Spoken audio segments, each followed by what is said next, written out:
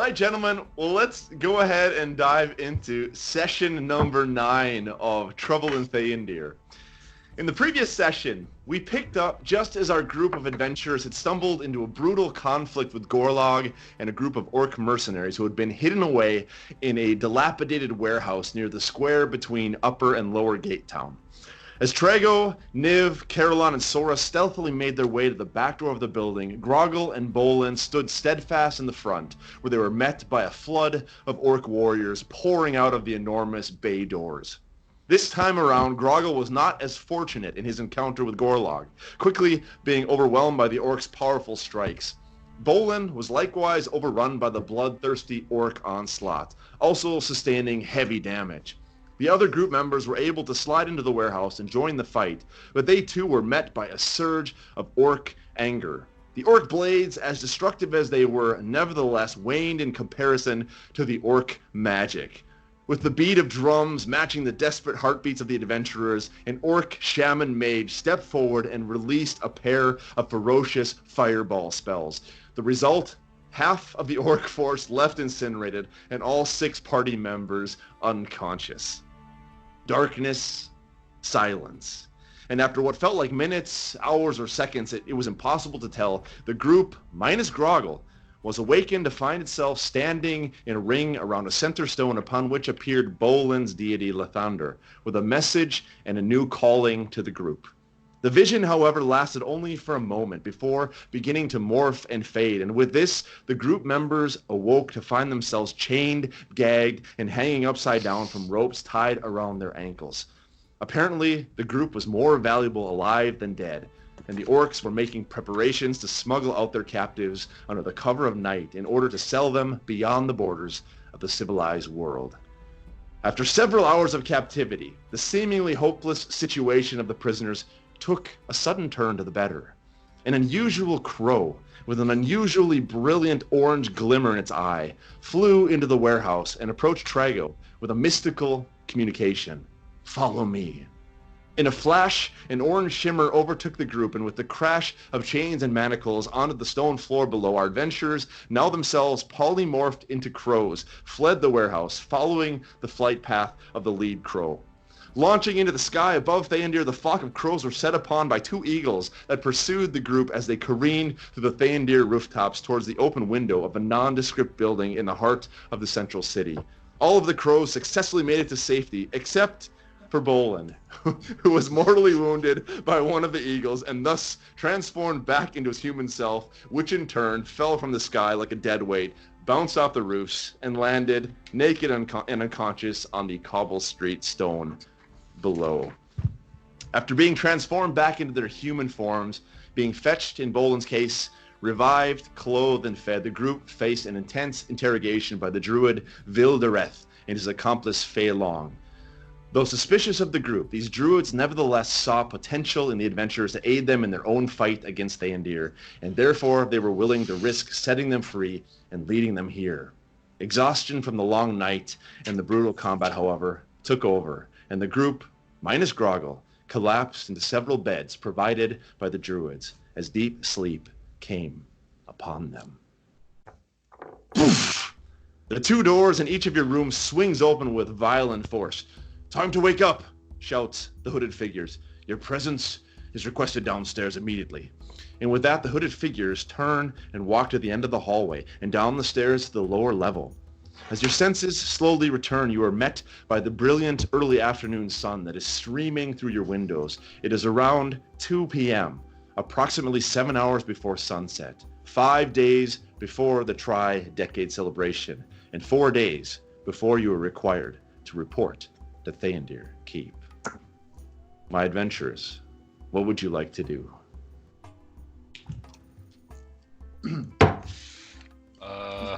Was that a long rest? So that was a long rest. You've all regained all of your hit points, all of your spell slots, and half of your hit dice. I think most of you haven't used many, so probably almost all of you have all your hit dice back at this point. Who else is in the... We're in like a bar or a tavern or... From all you can tell is you slept in these 2 rooms that are on the upper level of this building. And outside of the rooms is just this long hallway, the stairway leading downstairs. That's all you can tell at this We point. still don't have any of our stuff. Yeah, we don't have any equipment, right? All you have on you right now is the clothes that they gave you. So I guess I'll follow. I'll follow him too. Yeah. All right. Okay. Yeah. I'll Food. follow. Can we get food? I'm with Matt. Yep. Yeah. Am I with? Okay. No, you're downstairs actually. Okay. So as you guys walk out of your rooms into the hallway, you make your way down this creaky wooden stairs that take a sharp 90-degree turn and lead into another hallway. And to your right is a wide doorway leading into what appears to be the dining room. And inside you catch a glimpse of the hooded figures that were guarding your sleeping quarters. And as you come closer to entering the room, you see an enormous oak table, like 20 feet long, surrounded by chairs. And on one end of the table sits Vyl-Dareth, the druid that you met the evening before, or that morning actually. And on the opposite end sits Fei-Long.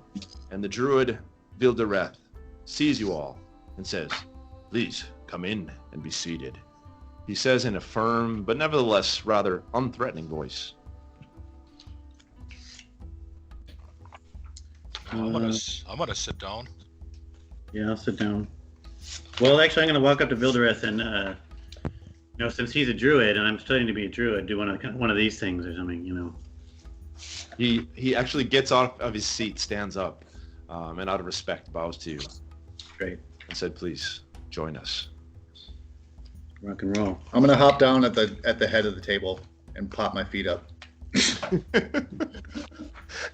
So you're, right by Vyl-Dareth or by Fei-Long? Vyl-Dareth. Okay, so And you I'll- sit right next to Vyl-Dareth, pop your feet up, and Yeah, I'll sit right he in gives you a in bit the of a center, sideways one of the center glance. seats. Well, before I sit down, I'll say to Vyl-Dareth, don't take my friend's flippantness as any kind of slight on you. He's just kind of a dick generally. Wait, Matt, was there food on the table?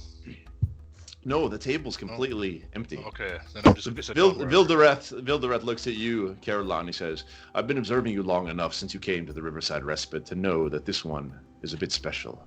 No apologies needed, my druid friend." Thank you, sir. That was special. You are. He's a snowflake. He will melt someday. As soon as you guys come in and you're seated, strangely enough, one of the hooded figures from upstairs that walked down the stairs, he pulls out a deep crimson-colored gem-encrusted bowl from his pouch that he sets in the center of the table. He then steps back into one of the corners of the room and lowers his head and begins to chant, "Na melao fandalemedor." And he repeats the same verse, "Na lemeno fandalemedor." And in the center of the bowl, you see a small golden light begin to take form, and it begins to grow stronger and stronger. And Vyl-Dareth turns to you and says, "Now that everyone is rested, it appears that we finally have a moment for proper introductions. I've been following you and watching you since you arrived at the Riverside Respite. Once again, I must inquire into exactly who you are and what exactly is your connection to the Sons of Silas and Governor Tyrius." He looks around the table at all of you. Sons of Silas. Were we connected to the Sons of Silas? So as you know from earlier, the keep Sons of forgetting what the Silas hell is we're the doing. name. The Sons of Silas is the name of the military in Theondir. Okay, yeah. They're the descendants of Silas, who was one of the original or the founder of Theondir. And over on the continent, you have the Eldian Allegiance, which is the descendants of Eldian. So I'm gonna go up to him. I'm neutral. So, and I wherever I am at the moment, that's what I'm gonna do. So I'm gonna tell him look, here's the deal. We were basically contracted by, who was it again? The Governor Tyrius. The Governor Tyrius to find. Well, Governor Tyrius told us that there's a lot of problems with terrorism, and it was Melathon, wasn't it? The head of the security. The head Melathon of the, so head of we security, never yeah. actually talked to the Governor Tyrius. That's right. The head of security told us to find somebody because they have someone on the inside of the hand, the group, the hand, and we need to find him and figure out what's going on. So, They're not. so- Sorry.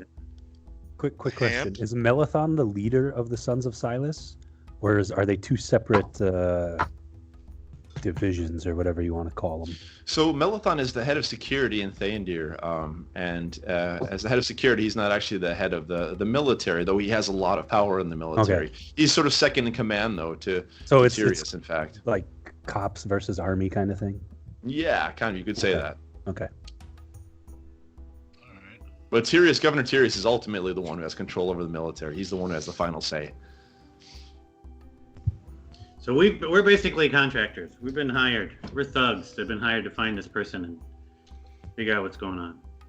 We have apparently the only allegiance we have to the government is money. So your loyalties are not very deep, can we say? Let's go with the loyalties with whoever has the largest checkbook. Yeah, the loyalties are as deep as your pockets. Yeah. So are you Are you telling me you're mercenaries then? What exactly is your role? You're freelance contractors. We're getting a 1099. Yeah, so we're basically we're just hired hands to help find this person. Whatever allegiance we have to any individual or person is not the group's allegiance. It may be individually. For example, me being a druid in study, I am aligned with nature, and I'm aligned with what's right for the greatest number of people. And if you can't take care of yourself, forget it. But I also need money, and that's why I'm here. And you, Dragonborn, what was your name again? Caroline is my clan. Balazar is my given name. Indeed, there was something that we sensed with you. I know that Fei-Long had mentioned there's some sort of affinity with you, that you are indeed connected to nature, as are we indeed. Yes, and my clan was wiped out by something, I don't know what it is, and that's my ultimate goal, is to find out and take vengeance. But for now, one, I need money, and two, I want to know where my wolf is. I lost my wolf. I fear that she's dead. And at this point, I'm going to speak up, and we also lost another... Oh yeah, him. Well, not friend, Oh, but yeah, him. he was with us at the warehouse. Do you have any word on where he is? I am to understand that you are in possession of medallions. Well, not Indeed. anymore. The medallions are something that Fei-Long and I have been interested in. Say more of these medallions. Where have you come into possession of these medallions? They were given to us as a rite of passage in case we ran into any trouble with Theondir's officials. They kind of gave us carte blanche to go places that we would normally not be able to go. But we got them from Melathon. Melathon gave them to us. Directly from Melathon, you say? Yeah. And they allow safe passage within the city. Right. At this point, you see Vyl-Dareth stand up, and he walks over to Fei-Long and pulls her aside, actually, to the corner. You see them discussing for a second at this. And after a few minutes, they return back to their seats. And Fei-Long speaks up with an offer, a proposal to you. Mm-hmm. We'll help you get your stuff back and your friend for 2 medallions. Well, they don't seem to have worked very well so far. I'm just telling this. Your inability to remember that you possess the medallions. I'm not telling you. I'm speaking. I'm telling it to these other guys that so far they haven't done us any good. You didn't try to even use them. They did save us from certain death. Even though I did technically fall out of the sky, but I was saved. We all were saved. The medallions? No, this group, whoever they are. Can I call you Bill? They want the medallions, and what I'm saying is the medallions haven't done anything for us, really. Well, we haven't done anything. I don't care if I have to give mine up. We went to the bar, and the rest is. Well, no, so we have a deal for one medallion. Yeah, we so went to the far. bar and the rest is but we don't have it. I shits mean, and wafting. No, The orc- Like, wait, if you help us, I will make arrangements for all your stuff, your friend, medallions, everything to be returned to you. So as you promise, 2 of them Wait, exchange. Are you working for the orcs? Yeah, how are you going to make arrangements? Let's just say my friend, you, cleric. What is your name? My name is Mr. Theysragoth. Mr. Theysragoth. Let me be utterly clear with you. We, neither Fei-Long nor I, Vyl-Dareth, and you may call me by my full name, Vyl-Dareth, out of respect for my long heritage. We have no association with the orcs, and neither do we associate with anybody or anything or any system or any structure that attempts to undermine and destroy our natural habitats. So we are not friends of the orcs. That is clear. Vil, you'll understand if I don't necessarily give a rat's ass about what you respect or what you don't respect. I don't trust you further than I trusted our old friend Grogil. So you can either prove to us your allegiance, prove to us your worth, or you can send us on our merry way, and we'll take care of it ourselves. So, Cocky, you were not my friend when your dead body was bouncing off the rooftops, when it was being carried back into this room. So cocky were you not when we gave you clothing and food and a bed to sleep in. So if I were you, my friend, I would be careful with my words. The powers of the woods and the powers of the plains are greater than anything that you, my little friend, have ever experienced. So I'm gonna push him aside and come forward.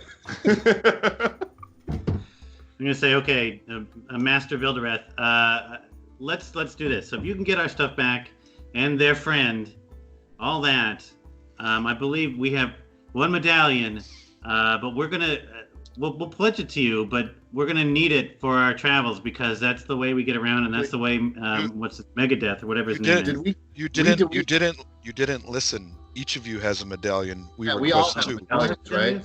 Yeah, we all have a well, we medallion. can give him Grogils. Like, he's not here. He's probably not going to use it anyway. We don't even know if he's alive. We, of course, will accompany you and help you retrieve the medallions because as of now, you have nothing. But if we are successfully able to retrieve your possessions, 2 medallions is the least that you can give to us. What do you plan to do with these medallions, just out of curiosity? I'm not sure I should be telling you because it doesn't seem as if trust is shared between us at this point. Well, For all we know, you orchestrated the whole thing. For all we know, you led us into the ambush with the orcs just to take our medallions. Good one. For all we know, you are the true enemy. For all I know, the green one was trying to pick a fight with me that evening in the Riverside Respite. He picks a fight with everyone. Yeah. He's tried to kill me at least 5 times. well, that doesn't make it. Well, that shows me, that tells me either of 2 things. Either he's a terrible fighter, or we just haven't been lucky enough in this universe. So why is Well, it that's the that our understatement of the year. half-orc friend is the one who's not here after we got attacked by orcs? He wasn't strung up. He wasn't Okay, hold With on. I us- just want to get our shit back. with Lathander, If you would like, I can explain. and Oh. he was talking. So he was Grogil talking to Vyl-Dareth at the bar that night? Then Must have been. is that's a question for Matt. So stepping up as the DM, Grogil went up and fought with him. He didn't really get a chance to say much. Now, Trago, on the other hand, actually sat down and had something of a bit of conversation with this guy. And Trago, actually go ahead and roll me an insight check here. Let's see if you can actually remember a bit of that evening, Yeah, that I don't evening's remember. conversation. I personally don't remember anything I said to the guy. Insight? That was a long time ago, wasn't it? In game, it was like 6 hours ago. No. Yeah, it was like a month. We'll just say that I failed spectacularly. Apparently, Okay. I was drunk that night. So Trego, you don't remember much. You remember him speaking about being a druid, something about protecting the woods, something about protecting the plains in the north. That's all you got from him that evening. Yeah, protecting the woods and the plains to the north. But now he recognizes him. Now he remembers, or He recognizes him at least. He doesn't remember what was really said, but he remembers him at least, Like, which oh, is yeah. why the crow went to Trego when he was hanging upside down in the rafters. That But makes Fei-Long had something to say. Go ahead. Shit, no, I don't remember. Oh no! If you guys want, I can explain why Grogil wasn't hung by his leg upside down. Fred, can we get some? I don't- You know, would I'm we kind of know that, thirsty though? and hungry. It Can we seems get like some something food? we need to discover. I'm gonna Fre- request food and drink from Fei-Long here, and the druid. Matt, Ask if we can Paul. get some beer and. I leave and go to the back room upon your request for something to eat. Okay. Okay. As you guys are, as she does that, Fei-Long leaves for a second with other intentions actually, because as you notice in the beginning, this guy who set this bowl down, the light inside of the bowl is growing greater and greater. And Vyl-Dareth once more says, despite you, cleric, your inability to trust, we have a greater mission. And therefore we will take the first step, and we will show our trust to you with the expectations that you can find in your hearts to trust us. And as he says this, after about 10 minutes of you guys talking, the golden light in the gem-encrusted bowl has now grown so powerful, it's illuminating the entire room. And as the hooded figure finishes speaking the final phrase of his incantation, the light within the bowl flashes, casting out hundreds of small sparks above the table, filling the air like stars in the coal black night sky. And slowly they start to drift downwards. And one by one, the sparks land on the table. And where they land, they're immediately transformed with a flash into various kinds of magnificent food and drink, fresh fruits and vegetables of all sorts, sizzling and steaming meats, cheeses of various kinds, freshly baked bread with red, white, and brown sauces, carafe after carafe of rich crimson wines line the entire length of the table, along with mug after mug filled with frothing ales. And you all immediately recognize the magic that just happened is that of the hero's feast. And Vyl-Dareth says, as our guests, we would like to invite you to join us for a feast. You are not the only ones who have an important task to carry out in the next few hours. And with that, he barks out an order in a language you don't understand. And immediately, Klingon? 5 additional hooded figures enter the room and assume the empty places at the table. Now you have 13 people sitting around this table with all the food and drink that you would like. This, my friends, is the hero's feast spell. I mean, Dig in. I sit down and eat. I'm hungry, man. I've left the room. I'm gonna wait to see if Caroline dies from poison before I eat anything. So Caroline, he digs in and it's great. Yeah, It's amazing. I'm also. I'm gonna pour myself some ale and kind of just sit back and let the others take over the conversation while I dig into whatever food that they have available to us. So Trego starts to dig in as well, and Trego, the meats and the food, and it tastes like nothing you've had before. This is magnificent. This is some of the best food you've ever eaten in your life. Niv? I'm just gonna nibble on some cheese and bread. Not a whole lot, but Okay. a little bit So here and there. You're nibbling away. Now, the beautiful thing about the Hero's Feast, those of you who are eating, is it's going to take you an hour to finish this. But at the end of that hour, all of you are cured of any diseases you might have or poison. You're immune to poison and being frightened for the next 24 gone. hours.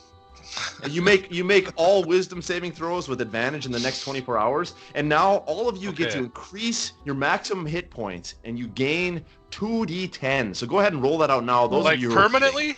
Permanently? No, for for 24 24 hours. For 24 hours. You gain 2d10 It's the hit 10 points in addition to what you have. So like our temporary hit points box, then that would go in there. on our. Yeah, we can character add. sheet? You can add it there. You can add it there. So you use those hit points first for the next 24 hours. Okay, and what else do we get, Matt? So you have immunity to poison, being frightened. You make advantage on all wisdom saving throws for the next 24 hours. Oh, I just So until tomorrow at 2 in the afternoon. And you see now as the other hooded figures sit down at the table, and they also begin to eat and to partake of this feast. You can see the effects coming over them, and you can tell that they also have something planned for today. So you know that this feast wasn't thrown just for your sake. It was something that was already planned, but you are graciously invited in by Vyl-Dareth to join in the feast with the rest of his men and women. Is Vyl-Dareth eating as well? He is eating as well. I'm going to grab his plate and take it and say, Vil, I greatly appreciate all you've done for us. But you'll be remiss if I'll be remiss if I don't take Never a trust a Sicilian when death is on the line. No. I'm going to pick a bunch of food off the table, put it on my plate, and then trade plates with him. Okay, and he sees you doing this, and he allows you to do it, and says, "Very well. If this is a step towards trust for you, albeit a small and pathetic step, then feel free to take it." And he goes back to eating the my food as plate, well. and I say, "What do you mean small?" Okay. So all of Is you are that a starting short to eat gig? now, and you're really enjoying this food. The meal it lasts about an hour, as you're eating all this. And after a few minutes, Vyl-Dareth turns and he says to all of you, "Given your naked entrance into our midst, I'm assuming that you will be in need of certain magical supplies before going your way. There's a shop just across the street from us that has everything you might need. And I also know the man who is responsible there, so it is possible to charge items to my name at this point. But remember, we are building trust here. But trust comes at a cost." So is this they're letting us go shopping and instead of helping us get our stuff back? What is that cost? What is the number value of that cost? Or why are they giving us all we this need hard stuff if we're going to figures get here. our Don't if we're speak gonna in get our metaphors own here. stuff back? Once again, as Fei-Long has already made utterly clear, 2 medallions at this point is all we ask. We need access to the government. 2 medallions. We shop, we accompany you back to the place, to the warehouse where you lost your possessions. So we get our 2 possessions medallions. back in addition to what we buy across the street. Correct. We get Dad's credit card. Yeah, let's go. I'm sensing a shopping montage. That's right. I agree. And remember though, We walk in all Vyl-Dareth- trashy, like, you Vyl-Dareth really said should have everything- helped me, Everything you like need. Pretty Woman. Yeah. Guys, Comes with guys, the What can we price. get for 3 medallions? guys, I need. Can we take like a 3-minute break? I gotta fix something for the kids. Sure. All right. Okay. 3-minute break. This is a preempted pee break. All right, so let's dive back into it. We just finished up the Heroes Feast, and as you finish up the last bit of the food, as the sparks now, the food begins to fade and turn back into sparks, and floats back up, and they jump back into the bowl, and with a bit of a flash, the bowl itself fades away and disappears, and you're left there with the empty table. Nothing on the table left, just the memory of delicious food and the people sitting around it. So, Vil, when do we go get our stuff? Let's go. I'm ready. Oh, now Right. you're ready. Go. First, we can stop at the shop. For those of you who are magicians, especially, I'm assuming that will be important. We'll give you some supplies, and then we'll move on. Okay. So he steps up from the table. The other people around the table also take off, and they leave the room, heading off So in a different Were direction. they more hooded figures or were they people? They were more of these hooded figures. They look Okay. exactly like the two guys that were guarding your rooms. Hmm. And so they take off Alright. in a different direction. You step out of the door. It's a small street and really tight, narrow streets. And right across the street, there's a little shop there. It has a nicely kept wooden sign that hangs over the door with a picture of a potion being blown by the wind in the bright golden letters, the Western Wind Potion and Magic Shop. And so Vyl-Dareth leads you across the street, looking both ways rather cautiously and quickly, and takes a few good steps into the Western Wind Potion and Magic Shop. As you step through the door, a small bell rings, and you hear an old raspy voice from the back. Just a moment, I will be right there. And after a few seconds, a small, hunched-over man walks out from the door behind the counter. On his back is a bit of a hump from years of bending over workbenches, and he is completely bald with long, flowing but neatly trimmed white beard. And around his upper body is a leather vest with a symbol of a potion being blown by the wind, the same as the sign. And he steps forward to his counter. Yes, now, how may I help you? How may I help you? And he starts to eye you down. And Vyl-Dareth is off to the side, and he says, Galen, my friend. And Galen shifts his eyes over and sees Vyl-Dareth there. Please, help these individuals with whatever they need and charge everything to my name. Yes, of course, sir. And Vyl-Dareth turns to the group. Fei-Long will remain with you here while I go make some preparations. We will accompany to your destination as we have promised and help in whatever way we can. But remember, our favors come with a high price, your loyalty being the first of these. And with that, he turns and exits the shop and leaves the adventurers there standing in front of Galen. And Galen now is rather excited. He's starting to eye you down, and he says, I see, travelers I see, from the continent, I'm assuming. We don't get shoppers in here that look like you very often. I'm assuming that you came from the south, is that correct? From Heldheim over to Haldor Harbor. Travelers. Whatever. Exciting. All right, so we just Yeah. we are who we are. We're happy to be here. Yeah. Yeah. So what all is in this shop? Do they have stuff, hanging on racks and? Yeah, so behind And all him you that, see there's sort of like a bookshelf filled with all sorts of different random potions, and off to the side there's different jars filled with different material components that you would need for spells, pouches lying around ready to be filled up with these components. So he's ready basically to sell you whatever you need in order to be able to cast your magic. This is There's a great also- shop you have here, my friend Galen. Our even better friend Vyl has given us kind of the go-ahead to purchase whatever we want in his name, and we're super excited to clean you out of most of your healing potions and items that we feel would benefit the upcoming battle to come. Indeed, well, thank you, sir. I appreciate it.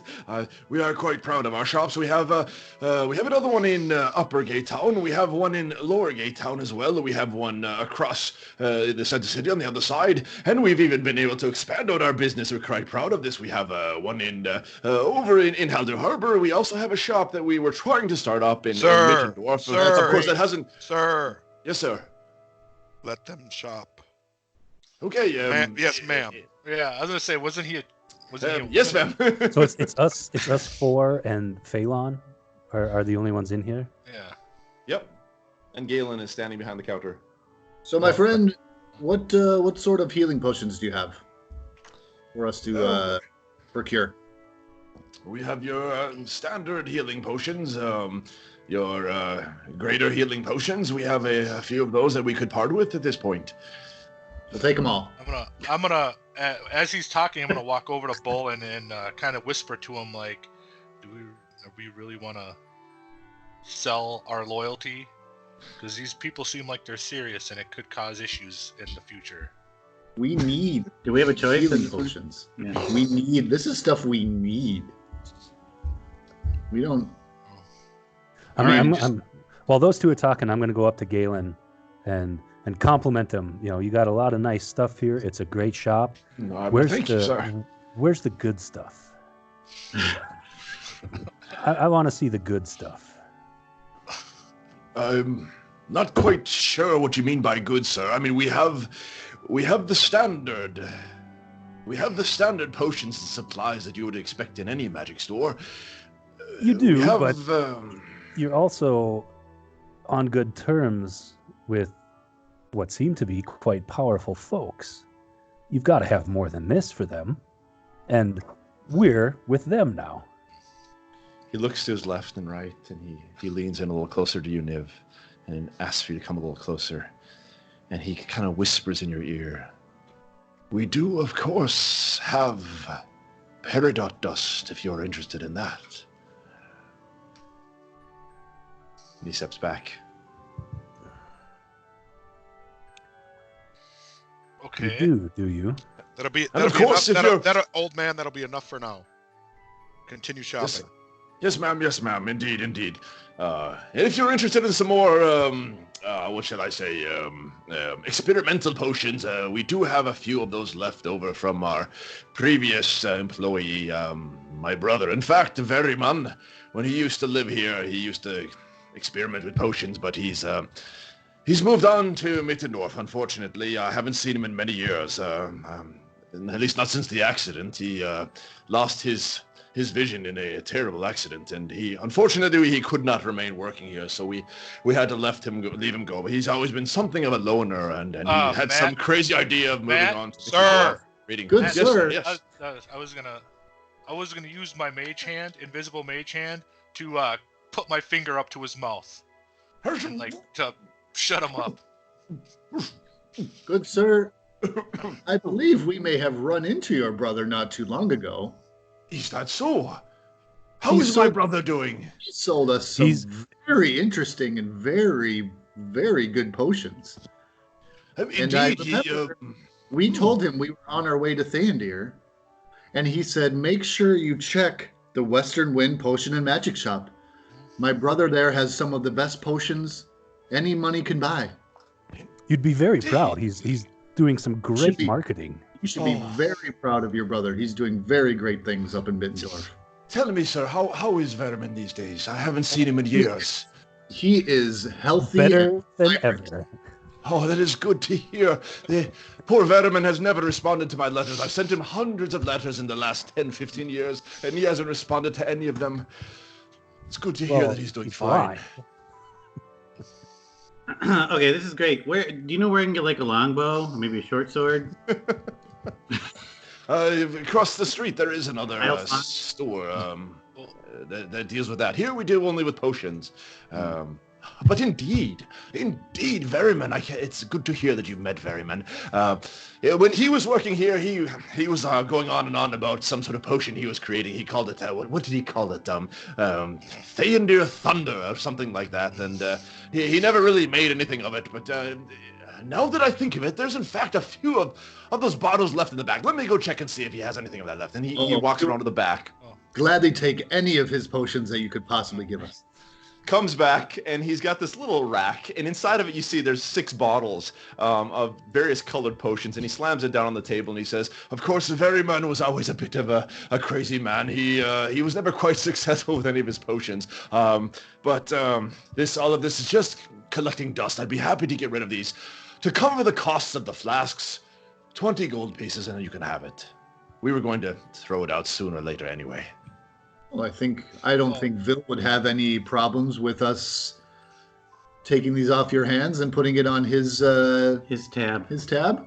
Very Fei- well then. You'd be okay with that? Yeah, yes.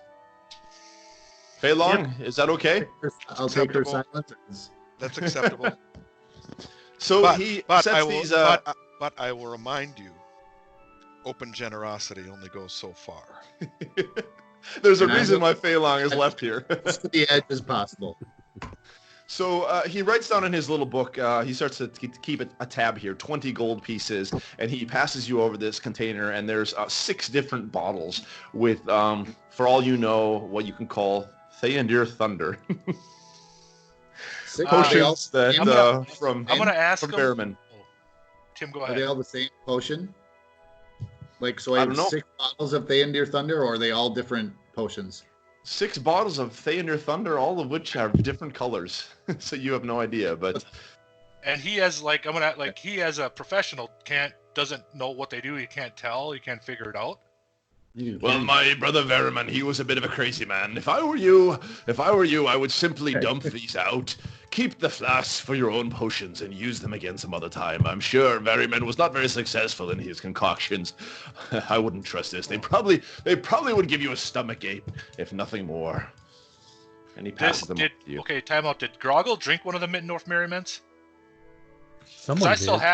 still have one with my thing. I took one that he didn't smash because he smashed You the have- rest. I Yeah, drank the rest. I drank Yeah, one of them. someone I did, drank but it one of didn't them. do Many anything, people. right? Yeah. You guys force-fed one of the guys that you that you almost killed, that you then killed, resurrected, and killed again. Oh Wow. yeah. I missed Yeah, I forgot that. about that. And that was before Caroline joined the force. This group was a bit more unethical back then. I really got to watch the old episodes so I remember what the hell's going on. So Okay, go ahead and write okay. that down, Boland. You've got in your inventory 6 bottles of random Theondir Thunder from Berriman. So Galen, I need. So I have 3. We get things for spells too, right here. Yeah. Yep, that's correct. Yeah. So I have 3 spells, and I need things for that. I need for Cure Wounds, Fog Cloud, and Goodberry. Okay. So let's say, for the sake of brevity, you guys who cast spells, we'll just say that you're able to now fill up your supplies. You have everything you'll need to be able to cast your supplies, all of the material components. He comes forward and gives you all pouches now that has all the material components in it that you need. So you are ready to go. I do have a question you are for you. full though, to Matt. go. Yes. I did not before have a brass, like brazier or brass bowl or anything. Can I get one of those here? We'll say that he has some of that in the back too. This is a pretty decent shop, so he has that indeed. Okay. And so how many of these healing potions are we able to grab?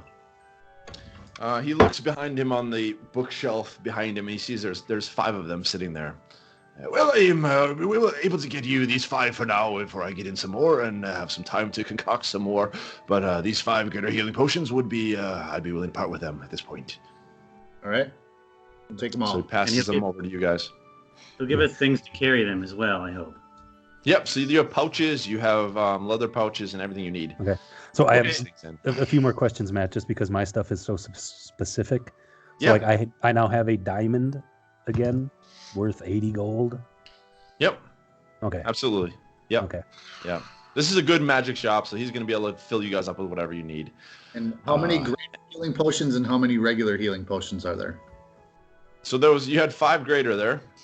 They're all 5 of them are greater healing potions? All 5 are greater, yep. He doesn't have any regular, just greater. Okay, so we should spread those, like, Niv takes 1, Trago takes 1, Caroline takes 1. I will take Well, 1. As of and- right now, I'm only taking what I need. Yeah, you might for need my a healing spells. potion. No, like I'm just gonna take what I need.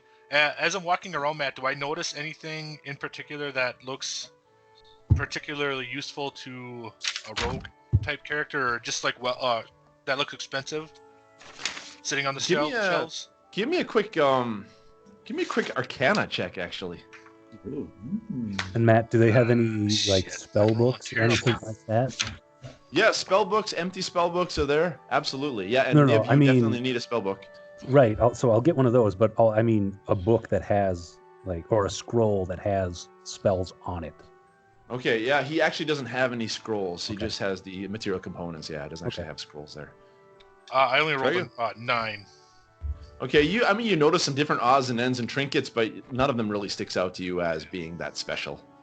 No. So then I think the last thing that I need or want is I'm going to try on the sly to get some of that peridot dust. Yeah. Okay, so you're gonna try and sort of talk to him You're- without the others hearing. Right. Exactly. Okay. Okay, give me a sleight of hand check actually, just to see if you can kind of. I don't know what else to put it under. Maybe I mean stealth. Maybe no. Actually, no. Just give me a straight up dexterity check. Let's see if you can straight up dexterity check to see how stealthy sly you can be. Well, because I'm not trying to steal it from him. No. But you want to try to talk to him without the others sort of noticing Right. something's going on. Yeah. Yeah. Okay. Just give me So a just a dexterity check dexterity? here. Yeah, straight up dexterity. What is peridot dust? That is right. In my notes, I say enter the city. 19. You need 19. to enter Okay. the city. Yeah. So Niv, you're able actually to slide to the side and say, what do you want to say to him? Well, is it in like vials or is it just a bag of dust? Do I know? Does he have it portioned out? He does, but you don't really know exactly what form it comes here. What do you want to ask of him? I just want him to give me 2 portions of his peridot dust. Two pinches, perhaps. Is that enough? Yes. Indeed. And you see, as he's beginning to talk to Fei-Long, to the others, he reaches underneath the counter, and you see him moving his hands around a little bit, and he comes out with a small pouch that he passes over to you, slides across the table, you pick it up, and no one else really sees this, and you look down inside the pouch, and there are 2 vials, glass vials, and each of the vials there's a green, glowing dust. Okay. And give me an Okay. go ahead and give me a insight check. Give me an insight check, Niv. That's not good. Plus 4, 21. 21. Nice. And you notice, you immediately recognize that this dust is identical Same to the stuff. stuff that you had before. That's interesting. Uh-oh. Okay. So I want to go to Phelan. Can we?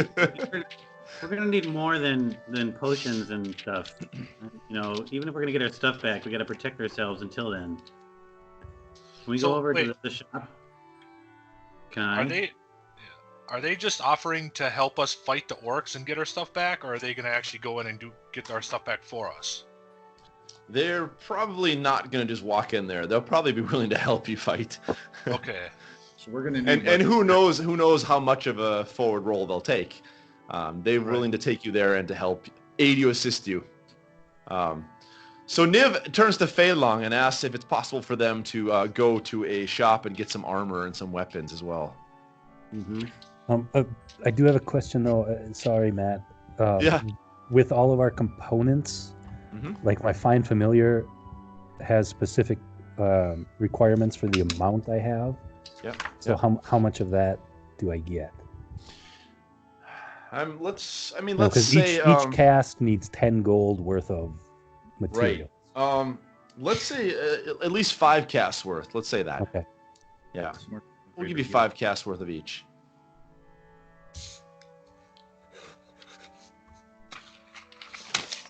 So after you guys have done your shopping, is there anything else you wanna say to Galen here, or anything else you want to try and purchase?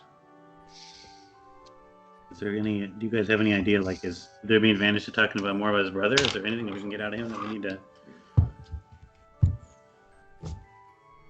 I don't know. Is that the one that we kind of... That's the one that Grogil destroyed. Yeah. You guys murdered him in Mittendorf. Yeah.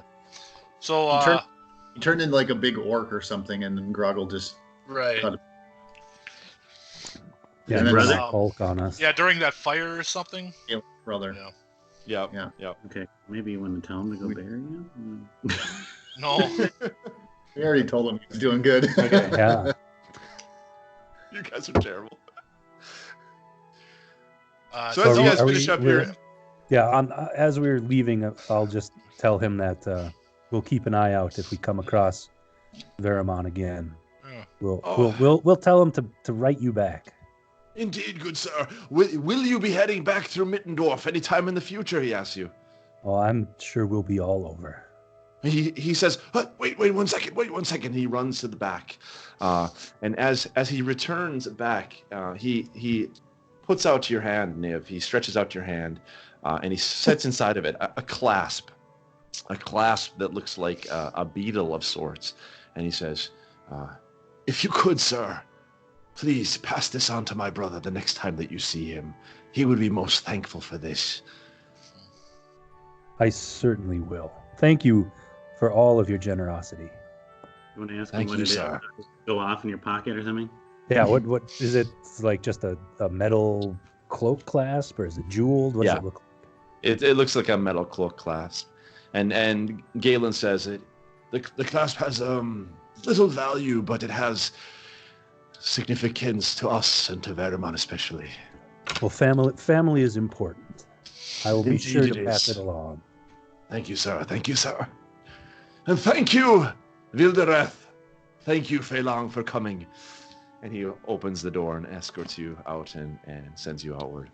Now, Fei-Long has also agreed to take you down around the corner. There's also a weapon shop and a place where you can get some armor as well. And so we'll just say, for the sake of brevity there as well, that you guys can essentially get back the weapons and the armor that you had. At this point, though, remember, you're racking up quite thousands of gold pieces now of debt to Vyl-Dareth, or debt. I mean, he's giving you a gift of sorts. A gift with stipulations, so maybe that's not a real gift. It's like a personal problem to me. Yeah. Well, all I'm taking is my sand that I need and copper wire, and then a rapier and 2 daggers, and then whatever armor I need. Like, I'm taking the bare minimum from them, and then making sure that she, what's her name, Eric's character, Fei-Long. Fei-Long, I'm making sure she knows. I'm like, this is all I'm taking. These other guys, they're taking that stuff. I'm taking only what I need. Niv, do you need one of the healing potions? Yeah, I thought you gave me one. Didn't you I give did. one to? Just making sure you're actually Yeah. accepting it. And that's a greater. Yeah, Greater. Yep. Okay.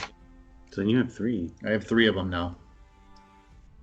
All right, so I got my longbow, Nice. my arrows, my everything. Awesome. So you guys are doing pretty well. Yeah. Yeah. Yeah. All right, Okay. are we gonna start So you're making our way impressed, over okay. there? Okay. By the way, guys, I'm here. I'm just making some notes and stuff, leaning over my desk. So Yep. by the way, Yep. Miss Long, what's next? When do we assault? Whenever you're ready. Are you ready? Yeah. So tell us exactly Yeah, what who this else is means. coming with us? You, It's it not made it just when you us. were talking about it at our meal. You said it sounded like you can make a deal with them. Well, But now I'm wondering. we're going back across the street. You 4 will have a meeting, and I need to prepare. So we go back to where we were before, Matt. Yep. So you guys, Fei-Long heads back to the building right across the street, right around the corner from the weapons armor shop, right across the street from the potion shop, and heads back in. I'll send a crow, no matter where you are, even if you guys can come back, follow me, and we'll have a conference room if you want, or you can go out and explore for 20 minutes. It won't be long though. Damn, did you finish off that 40 already? No, not yet. How long were we shopping for? Damn, son. You guys are shopping for probably a good hour. Okay. So at this point, remember your daylight is only good until about 9 o'clock at night. So at this point, you're about 3 Didn't those o'clock, orcs 4 o'clock say in the they were afternoon. leaving at sundown tonight? Yeah, they were gonna wait for the cover of Maybe. night before they took off. Yeah, we gotta get going. Yeah, so if they're leaving, if the orcs are leaving at midnight, we got to go. Or no, at dark, not at midnight. At Oh. dark. At dark, yeah. As soon as it gets dark, the cover of night, the cover of darkness, they are packing up and leaving. So the question is, do we hit them now? Yes. Or do we wait until they're packing stuff up and moving around? My friends, Distracted. do you want our help or not? Trust Yes, me. I'm going to the conference room. Yeah. I'll follow you, Phelan. All right, I'm following you. all right. I thought we were in the conference room already. Well, we're outside kind of yet. Oh, Okay, so I leave and I need to talk to Matt now. So I was having a brainstorming session in the conference room. You guys come back into the conference room and take a seat for a second, and you notice that Fei-Long is not there. She's out speaking with Vyl-Dareth. So give us a couple seconds to chat this up. I'll just mute that. Hold on one second. give the thumbs down when you can't hear. Thumbs up and thumbs down. Chad, are you off? How do you want to do What this? the hell are they gonna do? They're gonna like turn on us? No, they wouldn't do that. He wouldn't do Well, that. that's a good question. I'm thinking we take him there. The fight turn on us. And So, do we want to might- hit the caravan? Do we want to wait till Get our dark and stuff hit the back caravan? once we. Yeah, that's up to you. I mean, we could lead him there. What did you prepare for? I guess. I don't I- want to take over. No. Everybody's We gonna can send- do whatever the heck you want. So I I'm prepared gonna pose for two the- options to him. Yeah, I prepared that we But we the um, guys he we dead, can they've had show up at the warehouse, or we can. That's. I mean, yeah, I've thought through like minutes. preparing for the warehouse, basically that we show up at the warehouse and see how it Okay. looks there. Well, Um, let's give him two choices. Yep. And the other choice is Wait till dark and hit the But we caravan. shouldn't go rushing in. We should as the caravan is leaving the warehouse. Right. next. Yeah. Or well, that or tone. I mean, What is it? whatever. Okay. Sure. Yep. There's So I no- mean, Hey, they're what they're in kind of the help are we gonna get All right, just started. from my from them. from my criminal background, the criminal contact thing, or is that just the ability to know when they're leaving and what they're doing? Yeah, I haven't read too much about that, so I'm, It, do- I'm it not doesn't. read It up on just. I have a understanding of the criminal network in town, and I have that. confidence. Okay. Yeah, I mean these are orc mercenaries, and they're involved in some shady stuff in town. So you have a decent sense of what they're up to. So that basically gets us back to the warehouse, or following them, or knowing when they're going to leave. Yeah, right. Okay. And they're in the square between upper and lower gate town, so they're not too far away from the gate. But they are not going to try through the gate because on their way in through the gate, they had a confrontation and ended up killing a bunch of soldiers, the ones who were hanging upside down. Really? Can my So they're going to contacts try look- and take a different way out of the city. Times like these where I'm like, So how does is my it the does Lions my and contacts Texans do they good? know? Can they give me the number of orcs or approximate number that we're up against? Yeah. I mean, you've got about this half of the number you had last time. 49ers and Seahawks don't play till this Tonight afternoon. they play Your- tonight. like Your 15? your contacts would let you know that there's a you would know where the Tuck and Ed wall. You would know where there's a place in the wall where it'd be possible for them to leave if In they're the- able to pay off the Sincari. So you'd be able to head them off if they try to head to the wall. Okay, so I'm gonna pose that as an option too. Okay. Okay, ready. All right. Or 49ers. Yo, Can you not see us? I can see you. Can you just see fine. us? Yeah, we can see you. We can see you. Oh, Where? no. Why can't Now we you're- see? just Yeah. push the X. That's right. No, very good. So after a couple minutes of sitting down, Vyl-Dareth comes walking back in with Fei-Long. And Vyl-Dareth takes a seat at one end of the table, and Fei-Long remains standing at the other end. And she turns to all of you and begins to speak. Do you recall how many orcs there were at the warehouse the last time you fought them? Well, An ass load. Yeah, there was Well, one in particular we had to take care of. we killed like most of them. Well, are they killed Yeah. themselves? There were at least a score, I mean, and we killed like 8. there Or was the score?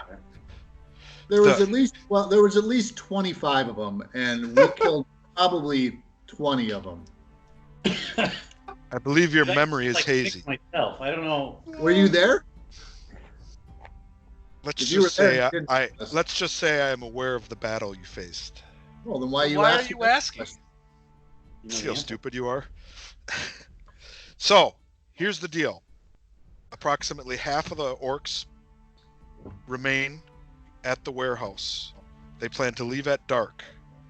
There's You know that. 3 ways we can handle this. We can raid the warehouse immediately.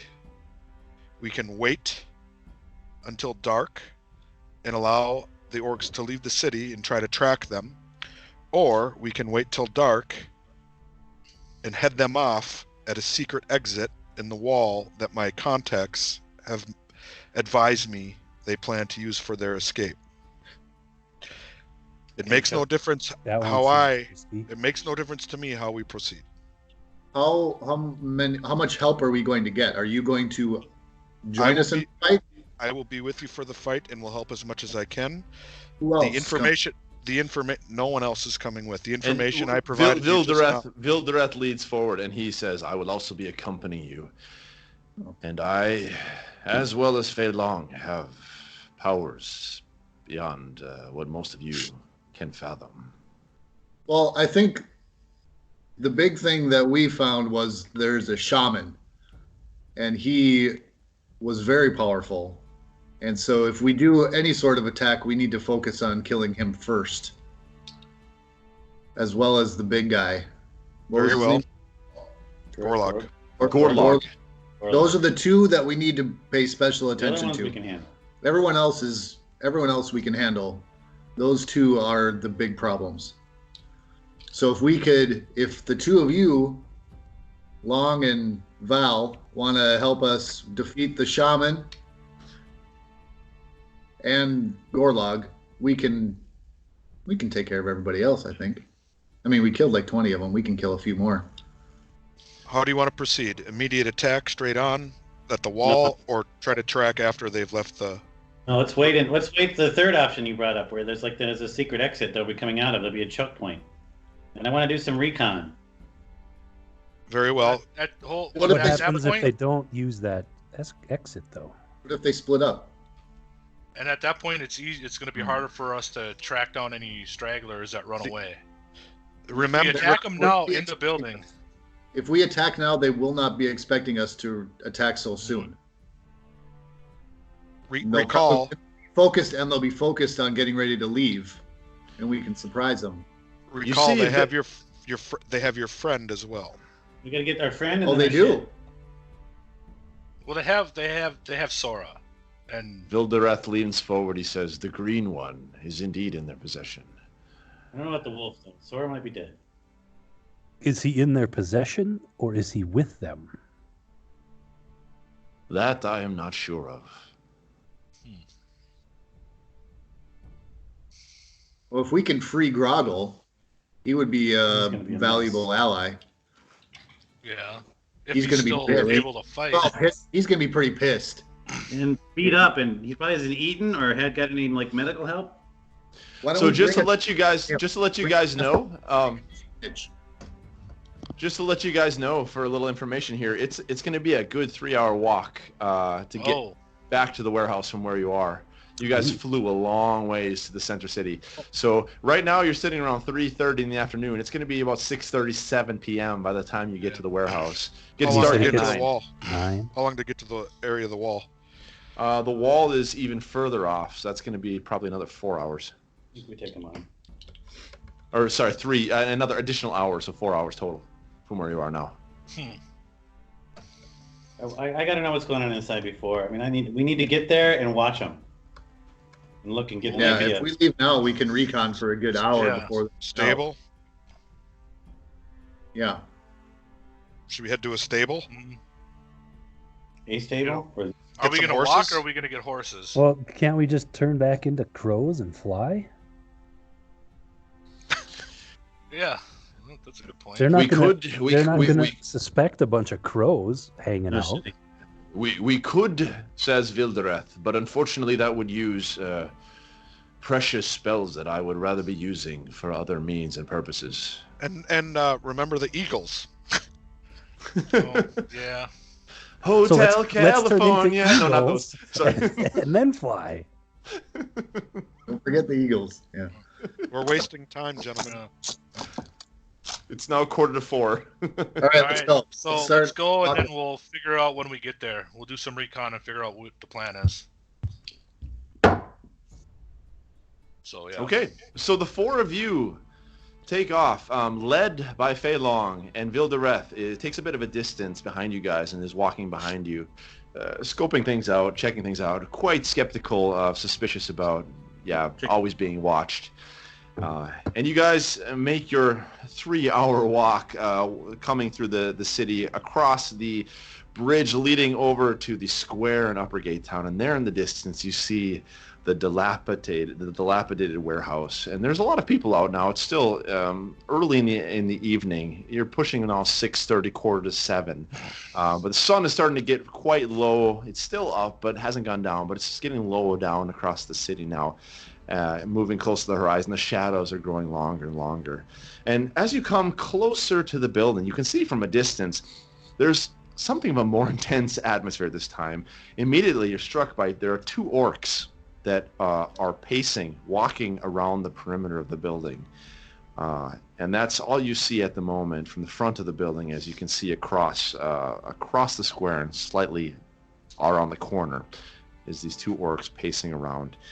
As you move closer and closer, you can tell that they've stepped up a bit more of their surveillance and a bit more of their security after the incident with the crows. Are they walking together or like separately? The 2 of the orcs are walking together. Yeah. Okay. Do they look like ones that were there last night? Do they look familiar at all? Give me a perception check.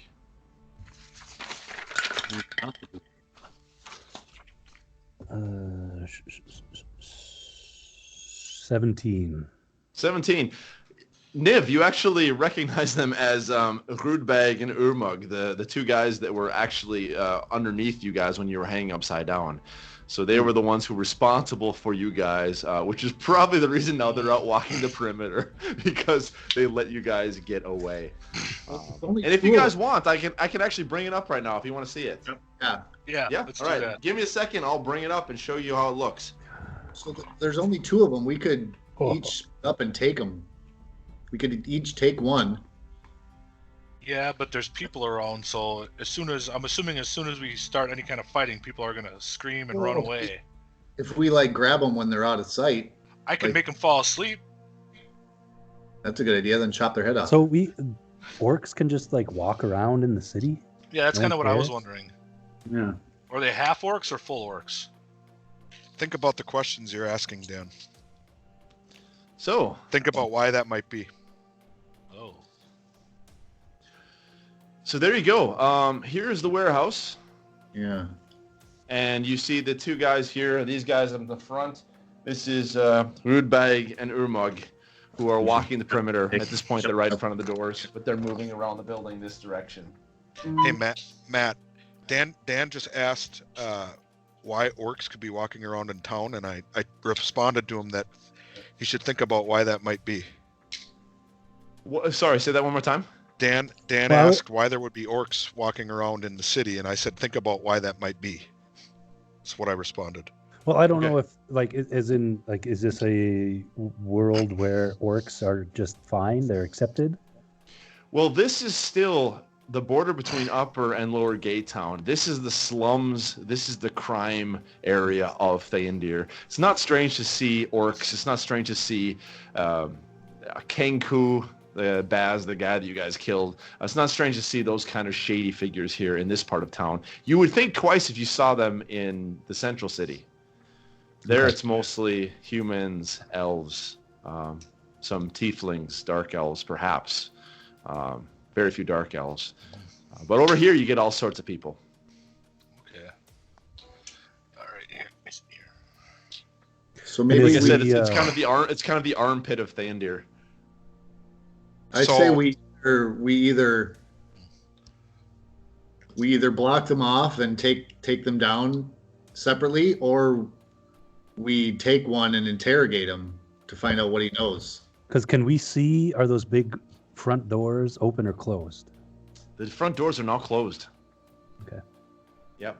And these 2 are making their way around the building. And where are we exactly? Do we have these? Yeah, so you guys are off. You're off this direction. You have a good shot across the square. This isn't exactly on the square. It's slightly off the square, but you're still able to see the front doors. You're a good distance away, though. Or we could smoke them out. Start the building on fire. I think we tried that with Grogil last time. It didn't work so hot.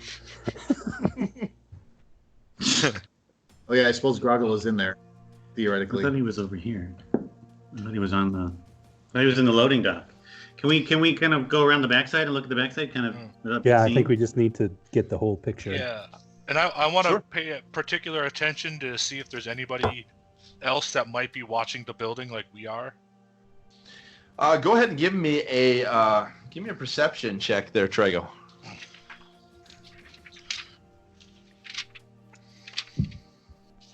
15. 15.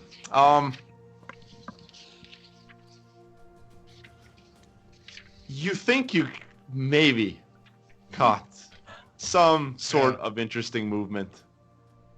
That's all you got, though. It was there and gone. So I don't know. I got to get rid of this minus on my perception.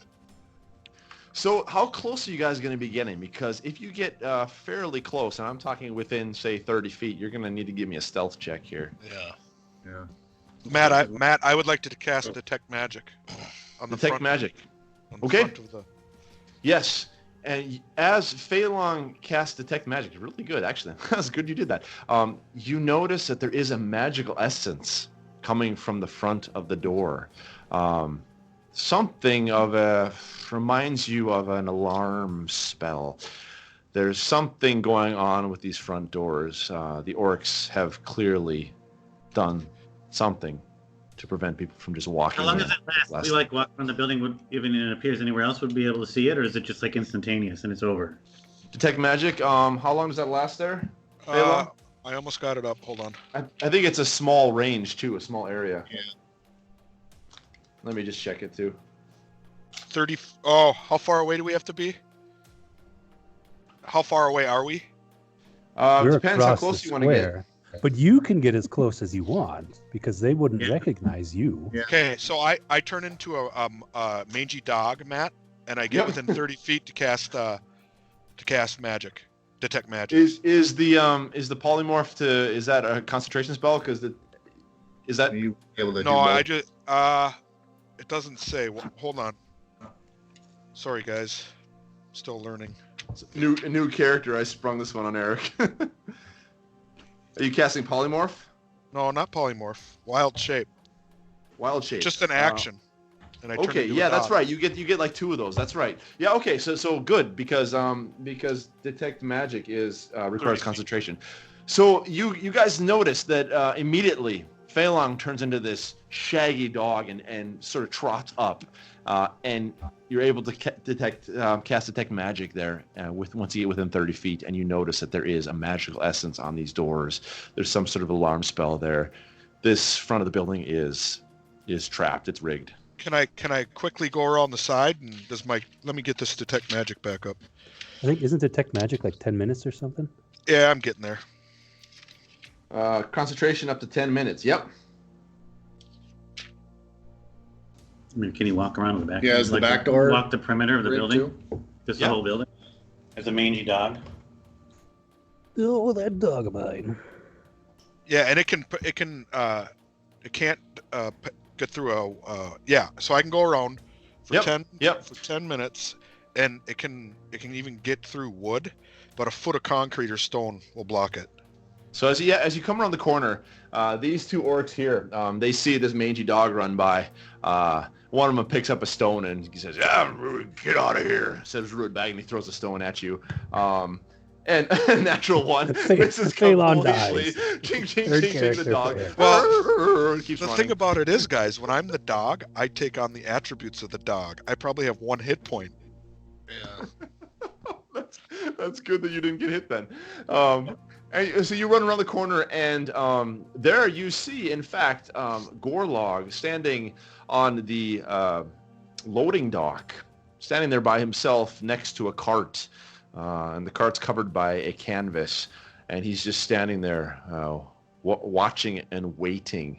And you run around him. Gorlog hardly notices you. I mean, there's a lot of mangy dogs in this area. And you run around the building. Nothing magical in the back. Nothing magical around the side. It's only the front of the building. You make your way all the way around and come back to the front of the building. And that's your perimeter. So again, we have no idea what's going on inside. I related I'm assuming- the others what I saw. Okay, so I go back to my normal self. Fei-Long comes back and reports what she noticed. Yeah, and I'm gonna let them know that I believe that there's somebody else watching the building as well. I'm perceptive too. I don't know the same way. That's one of my expertise. So we've got a magical door or big ass orc. Plus the 2 orcs on the outside, and whoever we don't know what's on the inside. Well, right. I mean, just to get in. Yeah. Orcs are now about there, halfway. So I can sleep the orcs, but I only get 5d8 hit points. So anywhere from 5 to 40 hit points. I might be able to knock one of them out. I don't know what the orc hit points are. Can you put more than one to sleep at a time? So what it does Up is to 5, Depends on their hit points. their hit points. So it starts with the person with the lowest hit points and rate goes out like 20 feet. Okay. So what if we were able to kind of, I'm just thinking like that. So the copse of trees, it's up. So I see Gorlak up to his right, up to his, if we get you in those trees, when those two guys come around, maybe you can get all three of them.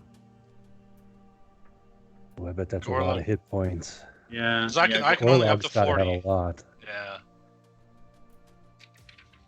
So if I So you can wanna knock do- one of them out. Do you think you could do just Gorlog?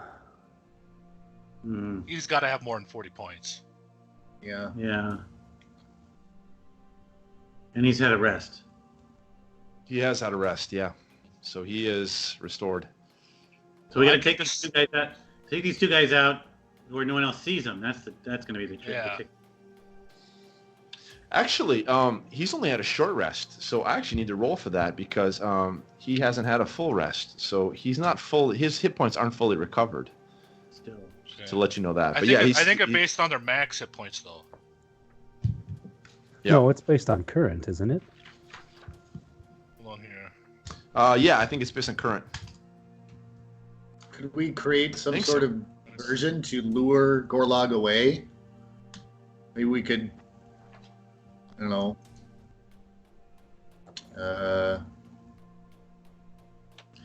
I could cast thaumaturgy and cast like somebody shouting his name across the. Can you cast, what is that, the suggestion spell? Can you do that? Like say like, hey, you need to go check out over here. No, I got. I can, but it has to be. It's only 30 feet. That's close. Hold on, guys.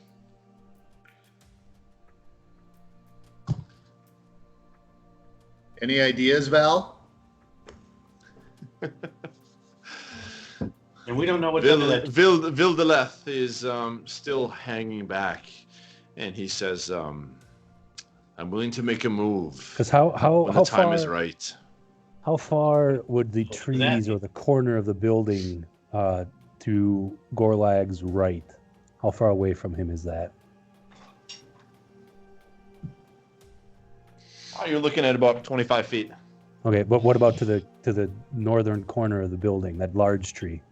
So this No, one over here. Yep. That is going to be about 40 feet away. There is another way, guys. These guys are now coming around the edge of the building here. What's I the other could way? I could cast invisibility on one of you. One To of do us. Well, you're invisible for Yeah, to do what? To get into the building and see. to get into the building. Try to sneak into the building. Chad would probably have the best shot at that, I would think, huh? Yeah. How long does that last? That would give you What advantage can I on do? stealth. It is so concentration. So I have to basically cast it on one person. Well, yeah, Yourself. one person, and then I'm out of. They're invisible, but I'm out of the game Here. basically. Stop being so loud. And Fei-Long, you're marking up your spell slots, correct? Mhm. As you use them? Good. But that's just a suggestion. So, if I can get within 30 feet, I can get rid of Gorlog. Get rid of it. Okay. What do you mean get rid of it? As in, he won't bother us for 8 hours. Okay. Well, let's do that. So turn him invisible, get him next to those trees. You're invisible. That's my suggestion. Yeah. All right. So, is there? Can I? Is this? Are you guys signing off on this? This is good. This is there good. is there a range for that, Eric? Like, if I get too far away from you, do I? No. pop range back is- into view. The range is I touch you. You guys just have to make sure nothing interrupts my concentration. But- Right. so we if can you wait for take this- damage, you got to take a concentration check Wait. or a Constitution Yeah, check. but- Sorry. 2 orcs coming around. They can't see us either. I mean, We should wait. We should wait till they pass Gorlog. What and time go is around it? the north side. Matt. So you Well, guys are, yeah, you guys or are I can come pushing in into from the south, too. 7:15, 7:20 at this point. So it's Orcs light have made their way around. Hold on. Never mind. Oh, maybe it's so much on ground, man. Yeah, hold on. Actually, Matt. Actually. When you cast a spell using the water, I can use a third level spell and make 2 people invisible. Ooh. Well, we just need one. Okay, so then need just one. At this plan. just you then. Go ahead. Okay. So where are we located right now?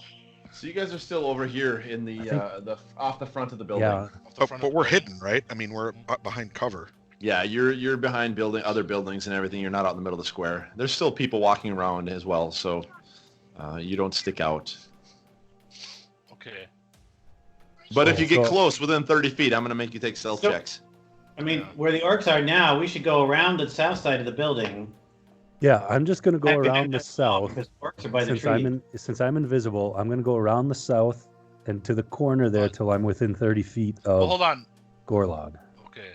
So So the rest of you guys want to come in and get positioned here? well, we No. need to make sure Yeah, that we nobody should hide- bothers. should hide by the southwest trees, so Guys, that when he goes to sleep, we can attack. Guys, but That's- if we get within 30 feet, he's gonna make us do a stealth check. Yeah, but those trees are like 50 feet away. Yeah. Are they, Matt? These trees right here? Yeah. Those are 50 feet away, yeah. So then we want to go all the way down and around Right. because I sense the magic. Okay. So you guys Well, want to you- walk? then- You want to walk around the south of the building, take a long sweeping move, and then kind of come over by these trees. And then hide in okay. the trees. Not in the cobblestones though, kind of off. I don't know. But yes, you're right. Yeah, let's make a wide berth around the building to the southwest side of the trees. Where are the orcs? The orcs are now. I can move them around here. Orcs are moving. They're almost halfway up the building now on this other side. Let's put them over here. So I'll See, place you guys over here Okay. behind these trees. We'll Okay, just I stay have behind not the trees. I have not cast invisibility yet because I have to. We have to wait. We have to wait for them to come back around again. And it's still light out. The sun's going down, so that's to our advantage at this point. You Yeah, 'cause guys what see each time? other What there? time? You What see time yourself is there? it now, Matt? So now you're pushing about 7 o'clock at night. So we've got 2 hours till Yes. sunset still. So yeah, I guess before we do anything, are we still doing recon or are we gonna go? You know what we could do? I would assume that they're all going to be, once nightfall comes, they're all going to be making their way Yes. on the west side, and we could bottleneck them Exactly. into that west side exit and Yeah, cast loading any dock. sort of like Yeah, AOE spells. effect AOE spells There- that we have and kill them all. And there's a little door like just south of like that little bridge where Gorlog is on, correct? Just below that. Yeah, there's a door right here. Yep. Okay.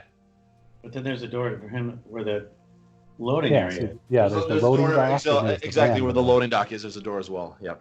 There's a side door and there's a loading door. Because I can also disguise self and try to sneak in, get a little bit closer, like disguise myself as like a goblin or something. Guys, As yourself Put as on an the other side of them. guys, let me talk just for a second. Everybody hide in the trees. Yep. Dan, I make Dan invisible so he can get within 30 feet. He takes care of Gorlog. We remain hiding.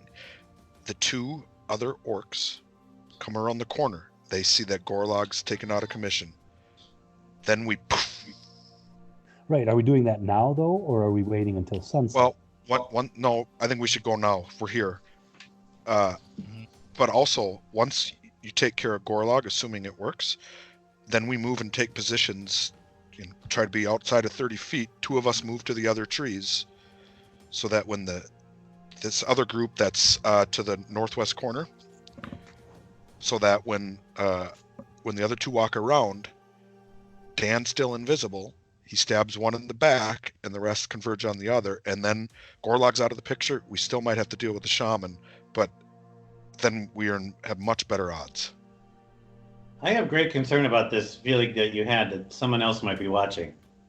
Yeah. I mean, if we got a little bit of time, I want to do a little more around this way. I'm wondering that might if be a good idea. I'm Finish wondering if it's that, the and then we military can or come the back to security these force. trees. Well, your invisibility spell lasts 8 hours. Niv has plenty of time to do some recon around the perimeter and around the 10 minutes, right? And invisibility is 10 minutes? Invisibility. Up to an hour. Knock him out. Oh, it's the other one. It's an hour, Matt. Is it an hour? Up to an hour? Okay. But we've got 2 hours, so yeah, we might want to do a little more recon first. It's now about 7:15 at night, and let me actually roll something really quickly here. Wow, perfect. 22. At this point, Vyl-Dareth turns to you all, and he says, he's got super high perception. He says, I've just observed there's a fine-looking elf female has just walked through the square and entered the front of the building. What did she Turns look back like? to you. She had normal, long cloaked dress of blue, long black hair, couldn't see eye color, carrying some sort of strange pouch over her shoulder and back, leather type pouch. That's all I could see as she walked into the building. Casually walked in the front door around the alarm spells. Yep. Does Vilder? Did you No, recognize? remember the alarm spell. You can set it up to allow certain individuals to pass through without setting the alarm off. Yeah. Matt, so Did you recognize her at all? Did she look familiar? My question was, He doesn't recognize her. No. that lady that I was gonna pretend to torture, was she an elf or was she human? Oh. She was Mary, the human. barmaid. Okay, she was human. She was All right. human. When we were back in Mittendorf, however ago, we had somebody on a horse that came by while the town was on fire. Yep. And she did something to the ring that was in my pocket. Mm. And I couldn't do anything with it, and she rode off. Do I remember if she was an elf? Is this the same person that we saw back in Mittendorf? Mm. You do remember that she wasn't an elf. She was, in fact, well, that's hard to say. You don't really know, actually, Bolin. I mean, she looked human, but she also did kind of look elf-like. So maybe she's half elf, half human, or elf. I mean, it's really hard to tell. It was dark. But I couldn't tell. Okay. We need to be careful of this person. She could be very bad. Okay, so news. Vyl-Dareth, what are your thoughts on this whole plan here? I mean, you just saw this woman walk in. We got a shaman in there. We don't know what's going on. You got high perception, whatever. You know, it's like you're just hanging back, checking your phone. I need you part of this little plan here. Give us some insight. And is Niv invisible at this point? I don't know. We never. Not decided. yet, I don't think. We're still trying to decide if we're going to check out the intuition that we were being watched, or the building was being watched. Vyl-Dareth looks back at you, Caroline, and he says, as a fellow of nature, caution is always my first plan. You see a slight glimmer in his eye of the orange once again, and with that, he transforms with wild shape into a crow, and he flies over and lands on the loading dock right next to Gorlog and stands there and waits. Can we shoot him? Matt, I cast invisibility on Dan. Okay. Time to go. So Niv. All right. Wait, where are the orcs? Out of Fei-Long's hand comes this shimmering glow, and as the rest of you look, you see Niv begin to shimmer, and suddenly now from his feet upwards, he begins to disappear bit by bit. You see the trees behind him until it gets to his face, and there's a slight grin on Niv's face as the rest of his head disappears, and he's invisible. Niv, everything looks exactly the same to you, but as you hold your hand out in front of your face, you can't see anything. You are entirely invisible. And that lasts for 10 minutes? An hour. As long as I don't get interrupted. As long as, concentration isn't broken. Okay. I am going to start making my way Shut the gate, dude. to the loading dock, Okay. but I am going to detour towards the Mandor. All right. Andor. Yeah, like just a door as opposed to like an The overhead service door. door, maybe. Yeah. Okay. I'm gonna Matt. Is I'm that gonna door cast. closed? Mandadorian. That door is closed again, yes. Okay. Because I was As I- gonna. What are you gonna do, Chad? I was gonna cast disguise self on myself, and like disguise myself as a dirty child, like just kind of a beggar child, and start working my way up. Like I'm not getting close, like taking the path or whatever around the north side, the northwest side there, and getting behind like those other trees.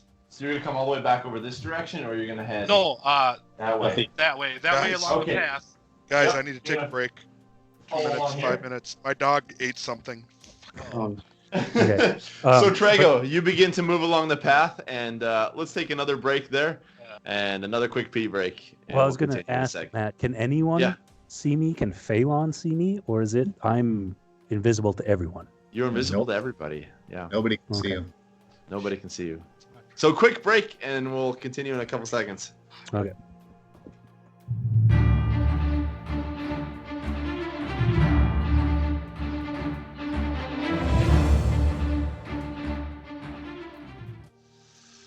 All right, so let's get back to this. Trago, I moved you around there. Is that approximately where you want to be on the road there behind the trees? Yeah, kind of like looking like I have somewhere to go, but not looking like I'm in a hurry. Okay, so kind of just casually moving Yeah. along the road there. Yeah. There's other people out. It's a rather busy time, so there's nothing strange. Gorlog, I mean, he notices people walking by, but he's trying to remain as inconspicuous as possible. And where are the two other orcs? Two other orcs. They're making their way around now. They've come to the front of the building. No. Who are those guys? You're down the bottom right. Who are the guys in the bottom southeast right? corner. Oh, sorry. Oh. The heck? Those are extra figurines that you killed last time that I haven't taken off yet. Are we sure about Yeah, that? good cover. Good cover. Can I roll perception to see if you're lying? And suddenly now, yeah, if you want. And suddenly now, 40 more orcs come crowding in now. Yeah, and I'm just gonna kind of keep slowly walking where I'm going here, waiting for stuff to happen. But I'm gonna try to stay close to the like north of those trees. Okay. As close as I can without attracting attention. Yeah, and as I get up to that door there, yep, that door, I'm gonna pull a little bit of fleece out of my component pouch and just blow it off into the wind and cast minor illusion, basically in the road there behind Trago. Yep. Sounds, whatever, to get everyone distracted and looking west, screen west. Okay, so there's this kind of clashing of a din of pots falling down and clay jars breaking and cats screaming and dogs barking. There's just this massive amount of noise. And Gorlog looks out that direction, looks directly over Trago, the little beggar No, kid I want walking it, past. further south than that, because I want the party members to be distracted as well. Ah, the party members. Okay. I want everyone out there to be distracted. You're going to distract me and you're not going to be invisible anymore. No, that's not how concentration works. You still concentrate on the spell. It's if you take damage or get hit Or or cast, anything. or cast something else. Or cast something else that requires concentration. So what if I would attack? That would... Obviously, then I'm not concentrating anymore. You're gonna attack random sounds in the road? No. I'm trying to figure out how the spell works. Yeah, if you cast something else that requires concentration, I think. Yep, exactly. Yeah, you can cast another spell, but if you cast another concentration spell, the first one ceases because you can only concentrate on one concentration spell at one time. I can still move and attack with melee weapons? Yeah, absolutely. Yep. Oh, I didn't know that. Move and attack. Yep. If you take damage, you need to take a Constitution save, either 10 plus or half the damage, whichever's higher. Okay. Yeah. So while they're distracted, I'm gonna stealthily open that door. Okay. You're distracting. Do you have proficiency in tools? It's locked. It's locked. Matt, are we hidden in the trees? I do not. Yeah, you guys are hidden in the trees. Yeah. If the orcs come around the south side, they're not going to see us, right? No, they won't. They won't notice you. But when they get close enough, you guys will need to take a stealth test if you want to remain hidden in the trees. Okay. So good point. We'll move these guys over here. They're getting closer to the edge now. Okay, so the corner there. Yeah, I don't have any proficiency with lockpick or anything like that, but that door is locked. Yeah, the door is locked. Okay. You can try and give me a. Let's see here. Give me a dexterity check with disadvantage.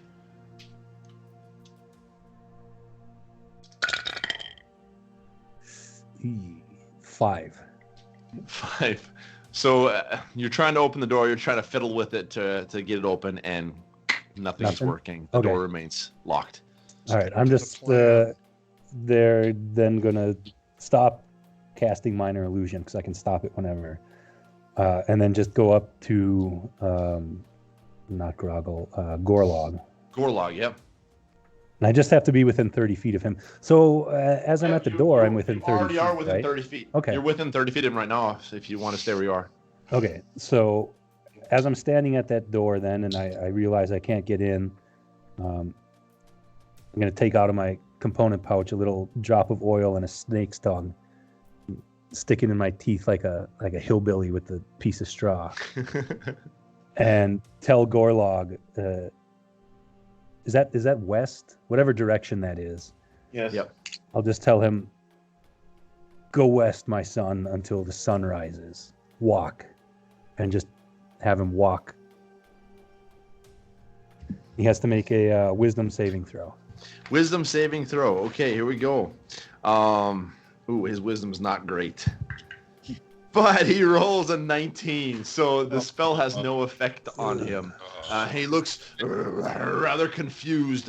He feels something come upon him, some sort of impulse to move, but he sits there and takes a step back. Now he is looking around very cautiously because something strange just happened. He doesn't know what it is, though.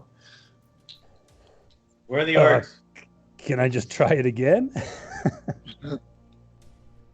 If you want to expel another spell slot, probably.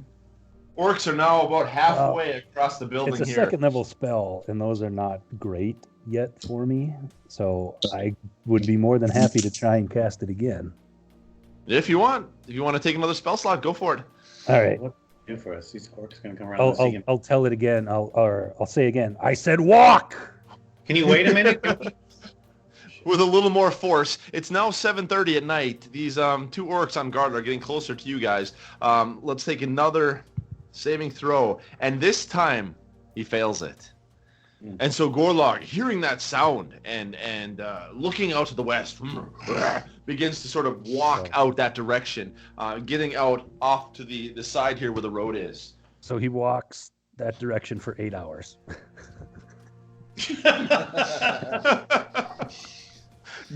Well, 8 hours won't. 8 hours will get him. In about 20 minutes, he'll get to the gate, and then he'll get confused, and we'll see what happens then. But he's currently now out of the picture. These orcs are starting to move closer to you guys now. They're going to be within 30 feet in about 15 seconds. What do you guys want to do? Oh, but we're hiding behind the trees. Yep. Hold on here. I'll make you take a stealth check as soon as they get within Hold on. range.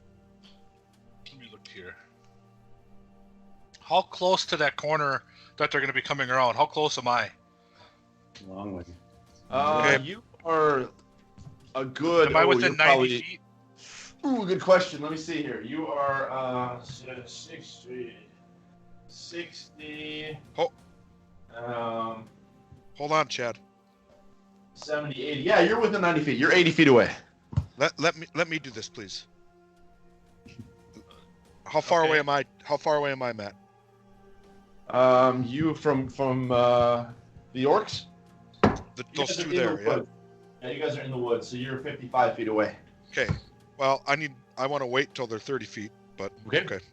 So when they So get closer, Chad, I 20 can't. feet away. Well, okay. So, and then I want to cast Charm Person, but with a second level spell slot, and I'm gonna try to charm them both. Okay. They're considered humanoids, right? Yeah, they're humanoids. Okay. So is that one die or each, or do I have to?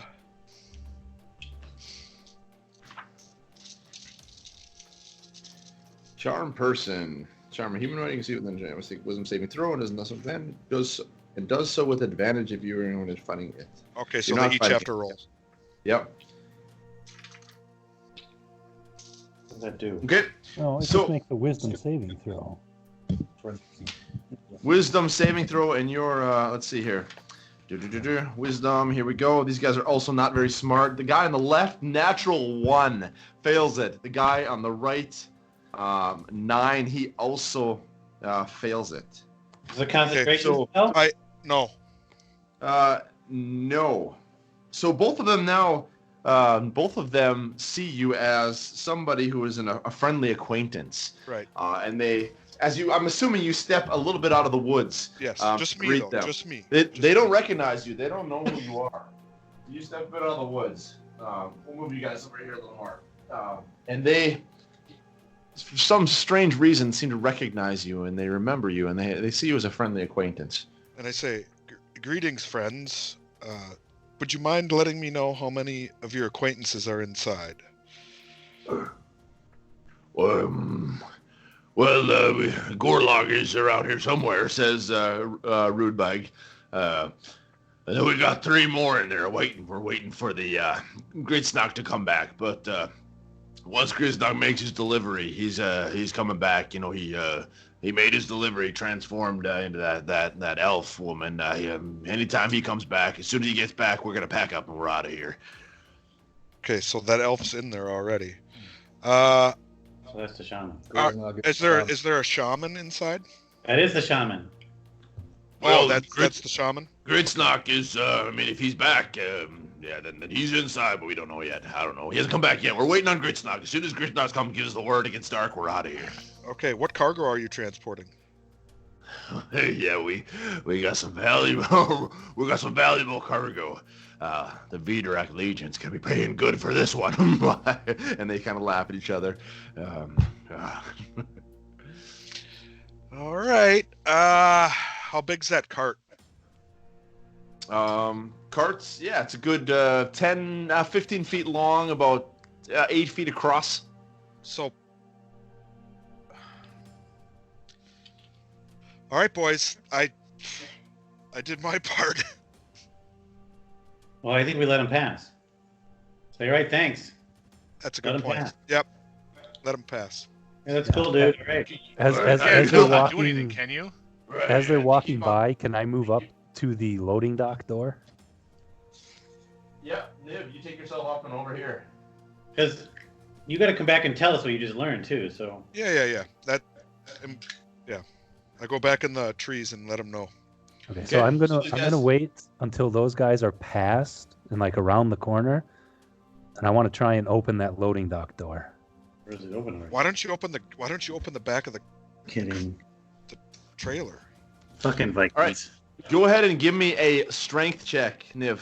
Strength, motherfucker. See if you can pry it open. 18. 18. Okay. You're able to pry the door up about 1.5 feet. You might be able to slide through. Okay, yeah, I want to try and slide under. Okay, so you come underneath and give me an acrobatics athletics check actually to see if how good you are just pulling yourself through there. Athletics? Yeah. 20, natural 20. 20. Wow. Okay. Nice. So Nib, you slide yourself Indiana down. Jones, that shit. And sort of Indiana Jones, as the doors are creeping back down, you slide underneath and come into the room. And once you enter the room, you hear voices speaking. You hear what sounds to be a more raspy voice saying, "The delivery's been made. Let's get the supplies together. It's time to move soon." Okay, can I see our stuff in there anywhere? Give me a perception check. Matt, while he's doing this, I want to do something too. Okay. So just a heads up. Perceptions of 15. Okay. You do notice that there is the table where, close next to where you guys were hanging. You do notice there's still a pile of stuff there. It's hard to see if the money's there, but Is anyone near it? Any of the orcs near it or paying attention to it? The orcs are in the middle of the room around a lantern. That table is slightly off to the side. I can point out to you. The orcs are here. You see them here. The table over their stuff is over here. So There's nobody currently watching the possessions. They've kind of looked through that stuff. Can I get up there to our possessions? You would be able to. Go ahead and give me a stealth check with advantage, because you can still make noises as you're invisible. Stealth check with advantage. 19. 19. Okay. Yeah. So you, Niv, you're able to walk around the side, and the boards on the side make slight creaking noises as you walk on them. And as you step, you hear this, and you pause for a second, shift your weight around, and you're able to make your way around. And there you see a pile of your possessions. Unfortunately, you don't see any of the money. The platinum is gone, the gold is gone, the silver's gone, the copper's gone. That's fine. But you do see a pile of your stuff. Okay, you notice immediately some of your junk. Yeah, I'm going to cast Minor Illusion again, try and get those guys distracted and looking south.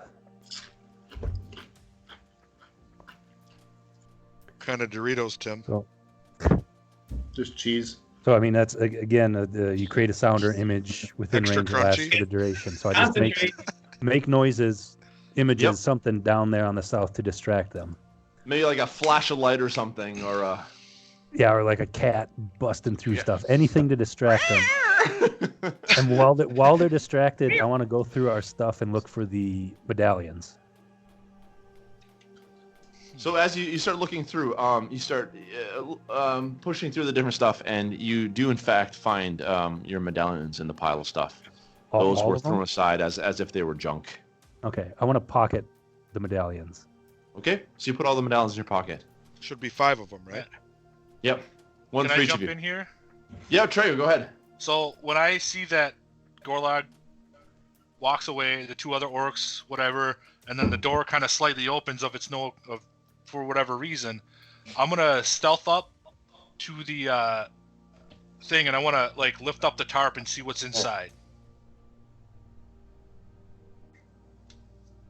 So Trego. What? Where's Villa, whatever? Is he still on the...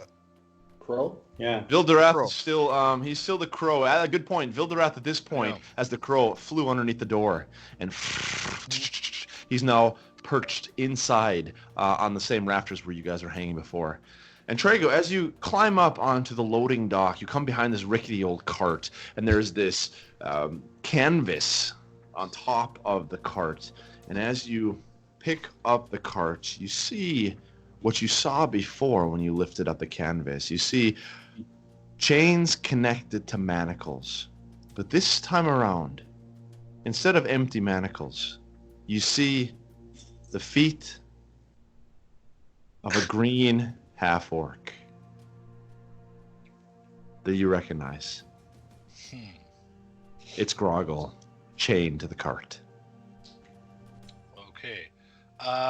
Do I still have any kind of idea of where the guys in the trees are, so I can message them? Because I kind of have to like know where they are a little bit, and I can message him through stuff, but I have to kind of know. Yeah, you remember where you left them, so Yeah. they're... So Yeah. I'm gonna message Bolin. What's your range on the message spell? I think it's 120 feet? I think Yeah, it's you're within range. You're within Yeah, range. 120. So I'm gonna message Bolin, just whisper to him. I have Grogil in the cart. He's chained. Is he awake? It doesn't sound like he's awake, is he? I'm gonna poke him. No. Poke him. Nothing Oh, happens. okay. He's unconscious. Yeah, good call. So Yeah, no, Paul. he's un- I'm with Paul. No, don't. and I'm gonna poke say him. he's unconscious. Is there anything? Ask me if there's anything else in the cart. Is there anything else in the cart? I'm gonna look. Is there? Can I tell if there's anything else in there? I mean, the question is, do you want to pull the tarp off, or do you want to just lift the tarp? I Climb in. think it. Yeah, you could like. Can you crawl climb in and pick the locks? Yeah, I could. And at this point, like, we don't notice anybody that's like sounding any alarms, or anybody You that's haven't like, noticed. running- You haven't noticed noticed. anything strange at this point. How are we gonna get him out? And the orcs are at the north side now. They can't tell where I am, right? Yep. So they're They're- exactly on the opposite end now. Okay. They're in the corner over here. Okay, yeah, I'm gonna jump in and see if I can't unlock the chains. Okay, so you climb underneath this canvas and you head up to the manacles, and you have proficiency with thieves' tools, so lock picking. So go ahead and give me a dexterity check with advantage. By the way- it's- One quick thing: those two orcs are still charmed. It's up to an hour, and the only way that they're not is if they get damaged by us. But they're only charmed to you, not to us. Mhm.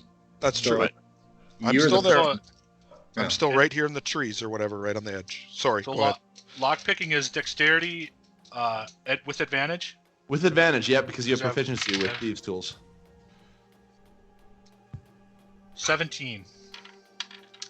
So as you stick your tools in, and you begin to move around the wrist of Grogil, you twist the tool, and the manacle falls off. You move to the next one, same thing. These are rather simple locks, not made to be super complex, just made to help transport prisoners. And the manacles fall off. Grogil is lying there, unconscious, on the cart, the hard wood, no Welcome longer back, chained. baby. No longer chained. Could I throw one of my healing potions to Trago? Doesn't he have one? No, he didn't No, I take didn't- one. Oh shoot! I was gonna grab one from you after we left. Can I reach it with my? Um, Can I reach it It's if going to I? be a heck of a throw. That's You're like gonna- I know it's like a 50 foot throw. Why don't you just run over there? Oh yeah, nobody's there, Yeah. right? he's there. Not yet. Not yet. No. Okay, I'm gonna scurry over. I'm gonna run over, and just hand Yeah. Trago greater healing Oh, wait. potion, and then run back. Okay, so Bolin, you run over there. You hand him this. But at this point, these guys are making their way around here. Yeah, and then and run back. run back to the woods. Okay. So Trago, you have a greater healing potion. So I'm gonna get up to his mouth, kind of get him turned so his face is up. I guess try to get his mouth open as wide as possible and dump the healing but potion that- very slowly. give into him it. give him a Theondir thunder and see what happens. That's a Oh, Right? That's a suppository? Heal him first. All right, Trago, you're gonna pour it into his Yeah. his gullet there. very slowly, and then like massage his throat or whatever the hell they do to get people to swallow when they're unconscious. Okay, go ahead and roll me out. Roll me out your 44. Is, 44. greater healing is 44, is that right? Yeah. Yeah, 44. 44 plus 4. Plus 4, yeah. Gotta have another 4. So did Vyl-Dareth notice me? Was he distracted with my minor illusion? Did he notice me take those medallions? You don't know. He's sitting up on the rafters observing a lot of things right now. Doesn't seem too excited to join the combat. He's just observing. So I rolled 4, 4, 4, 1. 4, Nice. 4, That's what I- 4, 17. 1. So 13 plus 4 is 17. 17. 17. So, Grogil, you have been in a darkness since Gorlog struck you on the head with his club. And now suddenly you begin to cough and to spit as you feel something moving down your throat, a warm liquid, and your eyes shoot open. And there above you, you see a small halfling. No, I'm still disguised. You see a I'm a small, child. poor child A poor pouring child. a liquid down your throat. And you feel this energy come into your body, and you're a bit confused because you have this tarp over your head. But Grogil, you come back to life now with 17 hit points. I'm back. Is that what you say to me? Because that's kind of creepy to say to a little kid. I look around. I get up.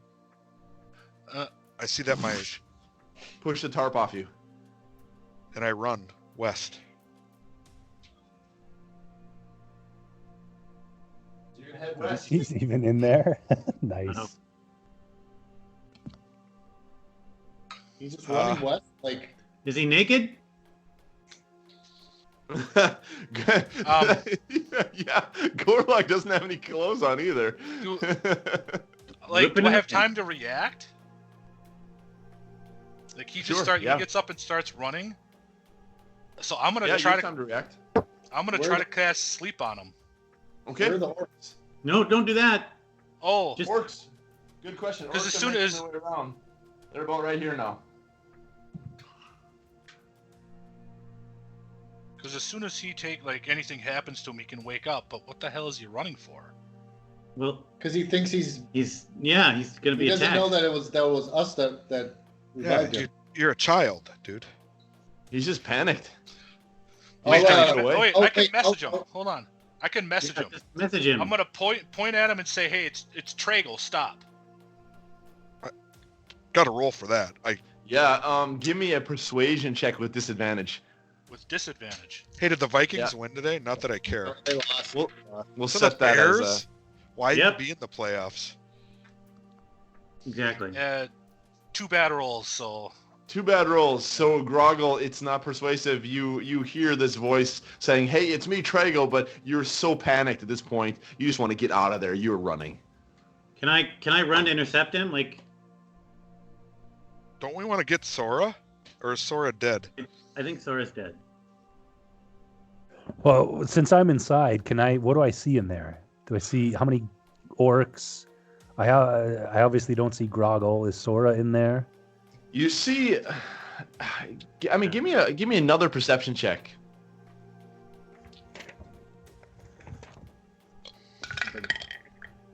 Yeah, what's that? 15. 15. You see that there are 3 orcs. You see that this elf has walked in and is speaking to them. And at this point, the elf begins to shimmer and change form. And suddenly now, the elf returns to the shaman form. The shaman with the drums that you encountered in your last meeting here. Where are So the there's now 4 of them. Oh. Okay. Was there any But money no, in the crate, Jed? no Sora? With a 15, you haven't seen Sora. Can I move towards those front doors there? See if I see... can I find the magical alarm or trap or whatever is over there?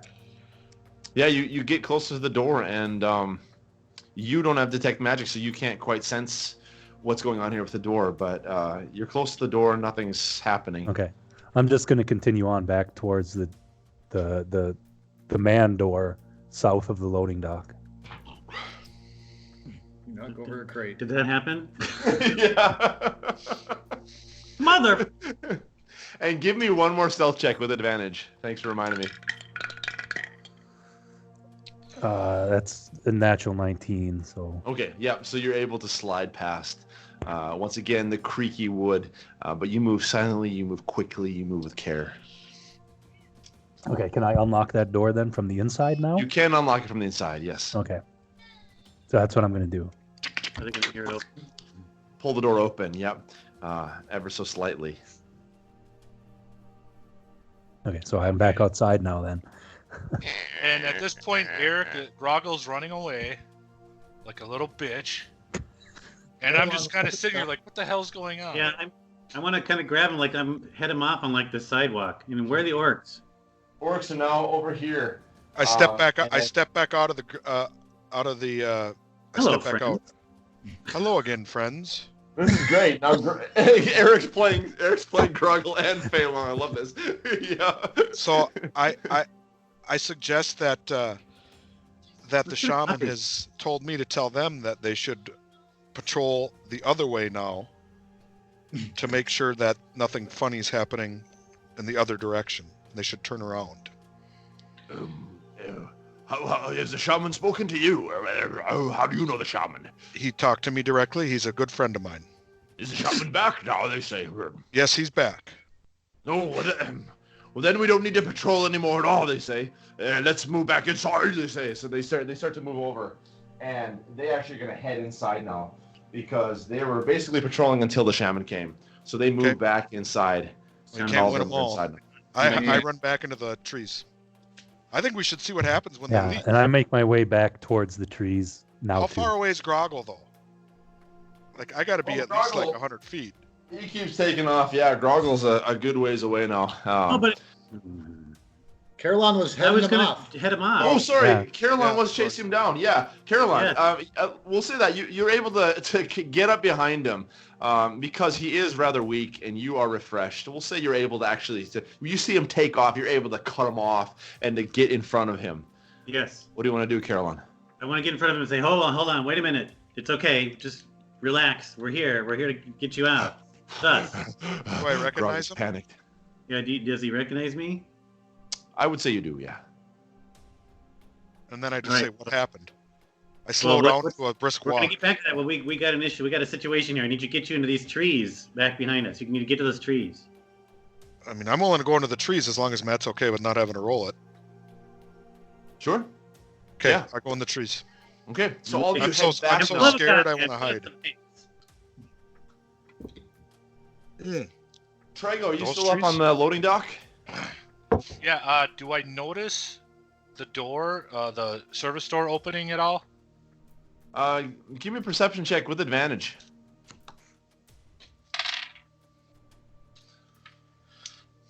I hate my perception. 13. Yeah, you hear something, you look over, and you just catch a quick glance of the door kind of flickering. So you notice something happened there. The door is slightly open now. Oh, Paul, go ahead. Does he see the two orcs run in? Oh, yeah, Uh, like I would have. I guess I would have seen all that. Oh, right. Yeah. I forgot that you were And there. then Dan was right there. That's Yeah, right. That's right. I'm invisible though, so I could just sidestep them, right? You're invisible. You're okay. But Trego, you need to give me a stealth check and do it with advantage just to double check this. With advantage. With advantage. 19 plus my stealth is. You're good. You're good. 27. They run quickly into the building, so they don't notice you there. You're quite small, Mhm. and you're kind of hidden underneath the tarp. Yeah. So you're good. Yeah, so then I'm going to, and they obviously, because you opened the door, was it before, after, you opened the door after, or before, and they just kind of barged through the door? Yeah, I opened it before they got around there. Yeah. So I was So out. I'm going to just kind of stealth in and follow them. Okay.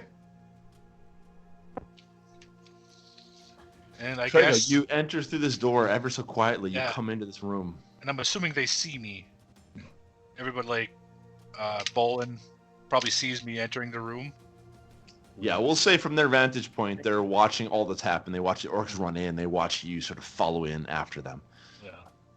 So yeah, I'm gonna stealth up to, and I don't know where Dan is, so I'm just gonna stealth you up have no to idea. that south. That's on the crates that are on the south side. They're like straight ahead, basically. Where's Tim? Tim, where are you at? I'm in the group with the trees. Back in the trees. Okay. Give me a stealth check really quick, Trego. 18. Okay, you're fine. You make your way up to the edge of the crates and you hide there. And if for a second your heart begins to beat because you remember that last time you were in the warehouse, it's exactly the same spot that you hid yourself before you were all killed. So you're getting a flashback to a terrible memory, but you're able to keep yourself calm and collected. And you remain hidden there. That's right. Yeah. So at this point now, you hear the discussion. All right, let's get together the last valuables. Let's pack them up in the cart. We've lost the others. I haven't been able to find them. You can hear the shaman, the mage talking. They've disappeared.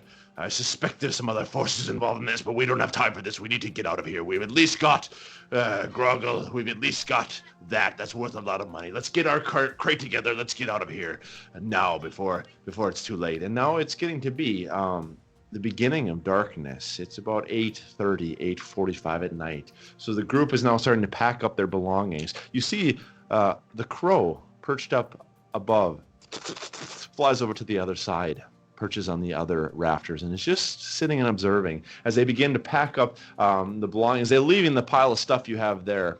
They don't want any of that, but they've got all of your money somewhere, obviously, and they're starting now to head towards the loading dock. Okay, I'm gonna double check my message spell here. Yeah, and I'm gonna stay invisible out in that group, and I'm gonna get close to Bolin and whisper as quietly as I can, so just he hears it. There's no money. There's no medallions. We have our new stuff. What are we doing here? Yeah. I'm gonna freak the shit out because I don't see anybody whispering to me.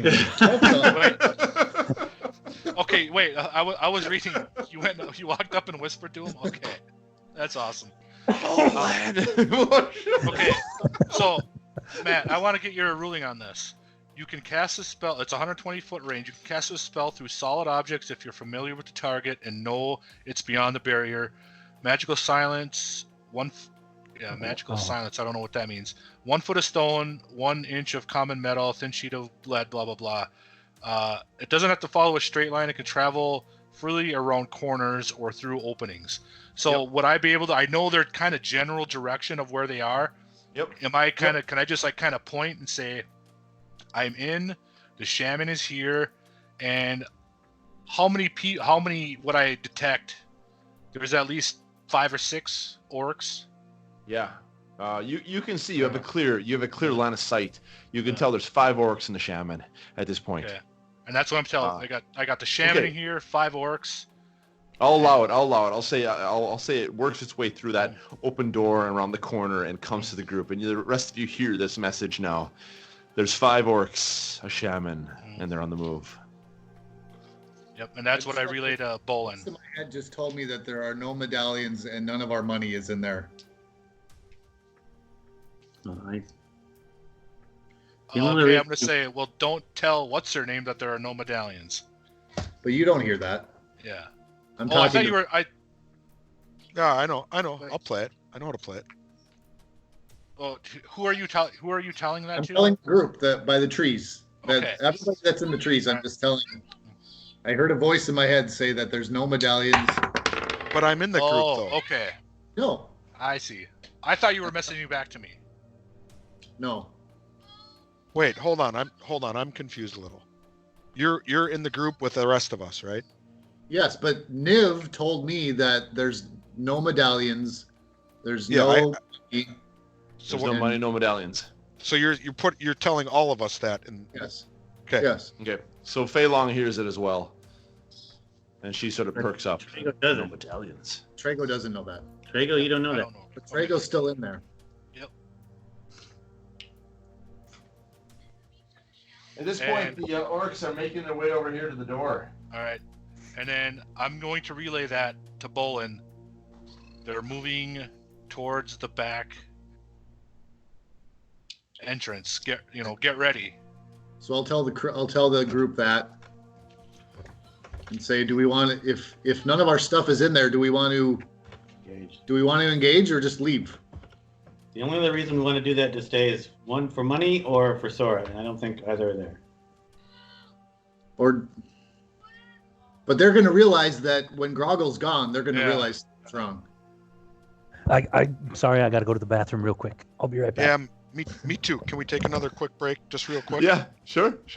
Take another 2-minute break, and what the heck, might as well. Yeah. Yeah, they're gonna come out and they're like, "What the hell?" And yeah, Grogil's gone. Gorlock. But I is still gone. know I got to get my ring back. Your ring. What ring? I got this random ring from this guy at the second episode that you put it on and it actually does damage to you, but then I was talking about that person that came, and when she came, the ring started to glow, Mm-hmm. and it did, and I couldn't figure out what it was, but it's got some sort of important significance.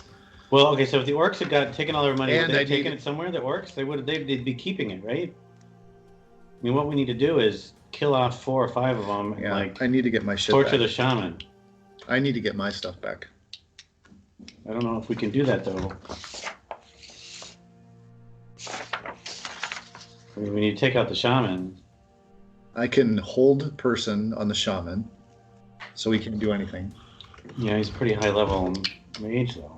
Yeah, or I have burning hands that can do massive AoE damage, or my Dawn of Radiance, which Yeah. damages everybody. Oh, you have the Dawn of Radiance back. That's right. But would it damage us? No.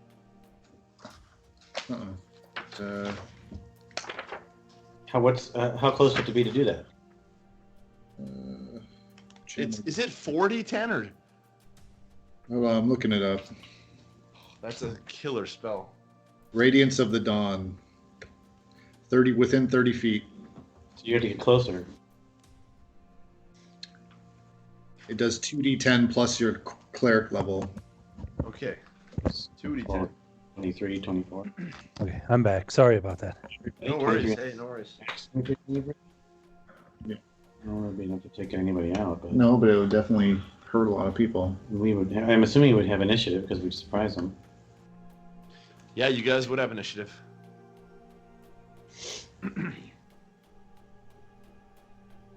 We gotta take out the shaman though. That's what I'm saying. I can hold person on the shaman. Holy crap, this is exciting. So we're All right, guys, so let's pick it up again. The orcs are making their way to the door, and they're almost there. And Bolin, you're in the middle of saying something. I need my stuff back. Like, I know the money isn't there, but I have things more important than money that I need. That they're taking. his porn stash. Matt. This great girl on video that's just... Yeah. Tim, that was creepy. Matt, so the thing that's inside the warehouse that's covered in the tarp, the blue thing, can I see that? You can see there's a tarp. There's something on the table. Yeah, you have a clear line of sight to that. That's not 30 feet though, is it? No. That's the way. Okay. Guys, if we can control the shaman, we can kill the orcs. We can, we'll be fine, because we've got Val or Vyl-Dareth, and we've got Fei-Long. Oh yeah. Do I know that? We got plenty of. But Grogil has no weapon and he's naked. Let's not rush here. Hold on. I got a couple things I need to Grogil look at. mace. I've got a mace that I give to Grogil. Couldn't hold on, Grogil just okay? pick up a fucking rock and bash people's head in? Yeah, but he's not proficient in it. Grogil at this point, remember, doesn't have any weapons. Yeah. Right. I'll give Grogil my mace. Okay, so you guys have to. Okay, Grogil, you get the mace. Bolin turns and gives you his mace, his weapon. Says, What's take the this. stats on that, just so I got it down? It's He has no armor. +3 to attack, and it's 1d6 +2. Well, it wouldn't be +3 for me. Yeah, it might be more for you, but that's what it is for me. +5 is my strength modifier, Matt. +5, okay. Yep. And without armor, your AC is your natural AC. Oh gosh, do you know right offhand? I don't. But 13 maybe. Is it only my strength that? Well, let's cross that bridge when we come to it. Yep. Yep. So how far away is the cart? And did you not put the cover back on the cart, you Chad? I suppose you did, Yeah. because I kind of burst No, out of there. I never moved it. It was still on there. Just kind of. I never actually. Yeah, Oh, I tap- like just the way you're lay in thinking, there. Grogil. This is good. Yeah. I All like right. the way you're thinking. Tim, I have an idea, but I'll let you lead this one since I think I know where you're going. Oh God. You want to hop back in the cart? That's Um. not what I was thinking, but actually that'd be fun. Well, Yeah. what I was thinking is I'm gonna try to push with my mage hand. I think. No, What can I do oh with- boy, good idea. What can I do with prestidigitation here? We can set a trap. Put Grogil back in the cart, and Oh, he's I can make surprised faint. then I can make just faint pounce on musical. him there. Oh, within 10. Yeah, I don't know if I want to do that. That's. I want to use my mage hand, my invisible mage hand, because I have legerdemain, and push one of the crates, that are on like one of the top do- crates. Do One we of those get- right there. Us outside, do we know they're moving towards the door or not yet? Yes. Yeah, Yeah, I told both. Trago sent the message Okay. over, so you guys know they're moving towards the door. So what I'd like to do is use my invisible mage hand and kind of push one of those as hard as I can, even just to move it a little bit to distract them. And then I want to move to the right, stealth to the right, and kind of just to kind of stop them a little bit, to slow them down. Okay, so as you you move your mage hand, and you're actually able to make this fall off, and all of them sort of stop, and they turn around, immediately draw their weapons, expecting something behind them, and you buy a few more seconds. They're sitting there confused. They begin to move around. Some of these guys, the mage comes around this direction. Yeah. These guys come around here. They begin to look at what's going on here. Grogil runs to get back into the with the mace now, but he runs to get back into and cover up in the cart. So I just gotta trust you. Tim, And look he at your does phone. that, I want to run up right behind those barrels. So Grogil is in the cart. I want to be in those three, hiding behind those three barrels that are right south of him. Here? Like, yeah, behind them. Yeah, right there. Everybody Okay, so needs Bolin, to you run. climb up. Grogil, you crawl underneath the tarp and take your position there with your mace next to you. Everybody needs to run. Everybody needs to run or get inside. And I whisper that to everybody that's beside me. Hide. Just everybody needs to run or get inside. Who says that? Grogil or No, Fei-Long says that. Fei-Long? Okay. I'm gonna stay back behind the trees here. Like, you know what? You guys have a great time. You trusted us to help you this far. You need to trust me now and either run or get inside. Get in. I'm not getting inside. We can't get inside. I'm not running. My stuff is inside. I'm not running. I'm not going anywhere until I see this through. I need to get my shit. Trust me. Please. Can I gotta do something. I gotta persuade or something. The sun is starting to go down now, so it's dark. And the orcs, realizing that there's nothing in there, return back to the door. And they begin to try and lift it up, but they realize that it's a bit jammed because it had been forced open.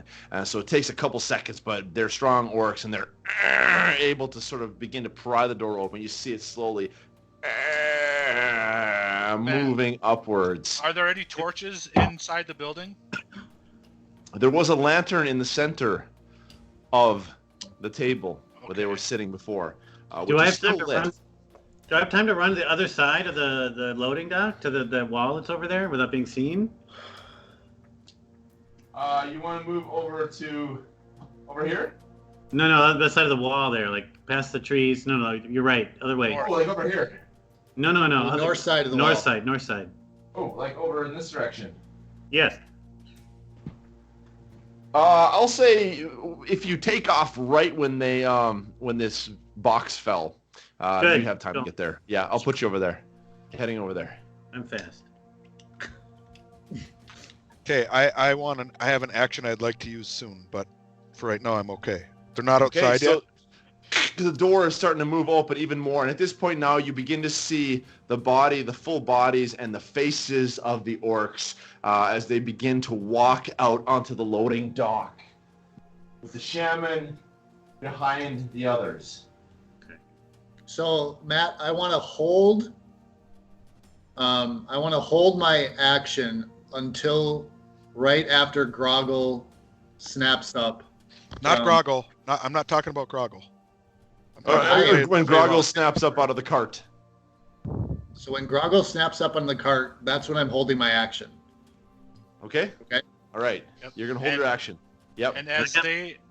What are you going to hold, Bolin? What action are you holding? I'm holding Burning Hands.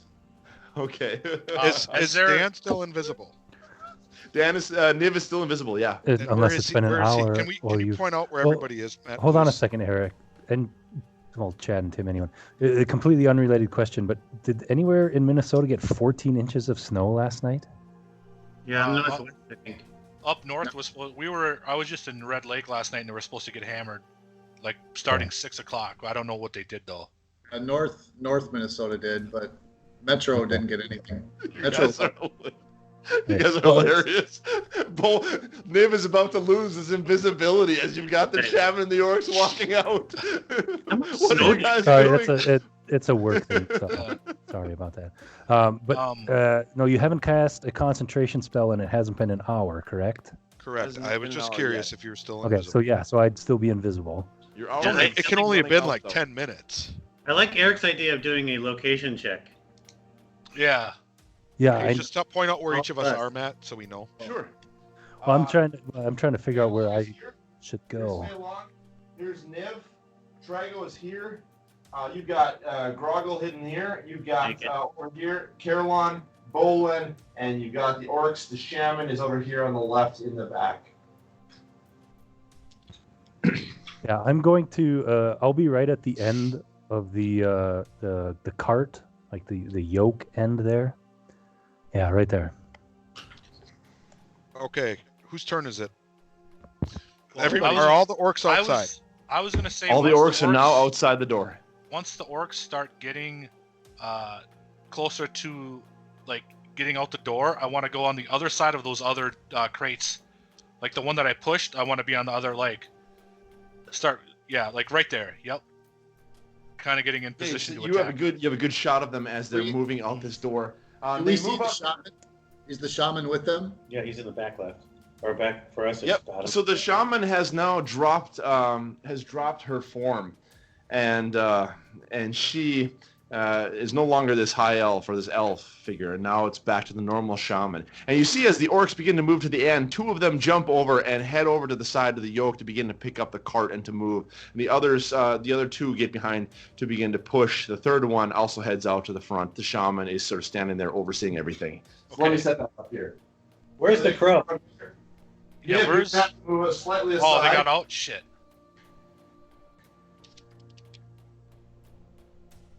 Damn it. Plan didn't work. No. There you go.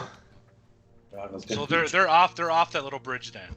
Well, there's three of them there. Two orcs and the shaman is still on the loading dock. Right. Okay, Matt, can I tell like the cart, is it preventing them from getting off that little bridge easily? They're gonna have to push the cart, yeah, to get it moving. Okay. Do I notice anything? Is that door, the main door that they just went through? Is that still open?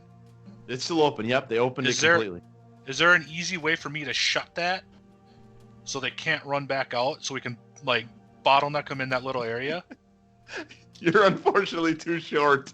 Oh, come on!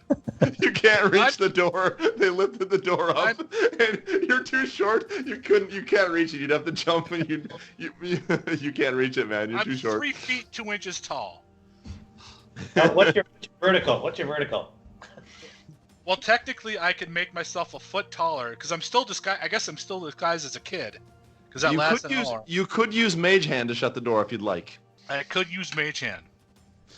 While you're thinking about that, Trigo, at this point, the orc in the back lifts the tarp in order to check on their prisoner, and lifts the tarp up. Let me actually roll a perception check here Wow, okay, that was a very high perception, and the orc stops, holding the tarp, pauses for a second.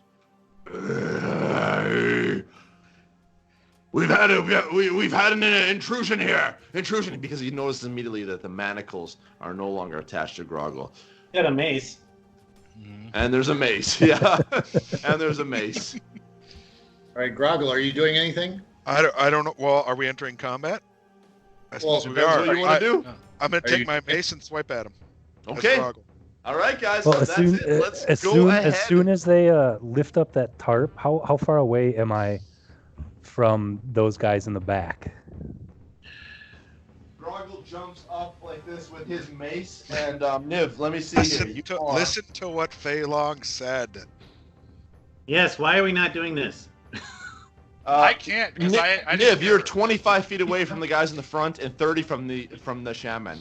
So let's go ahead, guys, and roll initiative. You guys have surprise. Grogil, you get the first surprise attack. The rest of you get to attack then, and then we'll go in initiative order. So go ahead and have all advantage, roll Dan? initiative. Oh god. You get surprise. So you get to roll for the first one. So I'm just rolling for Fei then, since Grogil got initiative. Well, you can roll for Grogil as well. Okay. And he gets the first attack on surprise attack. And we get a bonus to this, don't we? Yeah. So 12. Matt, can you mention how does surprise attack work again? So you guys get the first attack. Okay, so this is just depending on how who amongst us attacks first. Exactly. And Okay. after you guys get the first attack, then we'll go through and then head back into normal initiative order. Okay. So let me see the shaman here. Oh, really bad. I'll hit the ones in. Oh man. Okay. All right. 25 to 20. Is anybody there? Nope. No. 20 to 15. I got a 16. You got a 16. So Bolin, 16. Nice.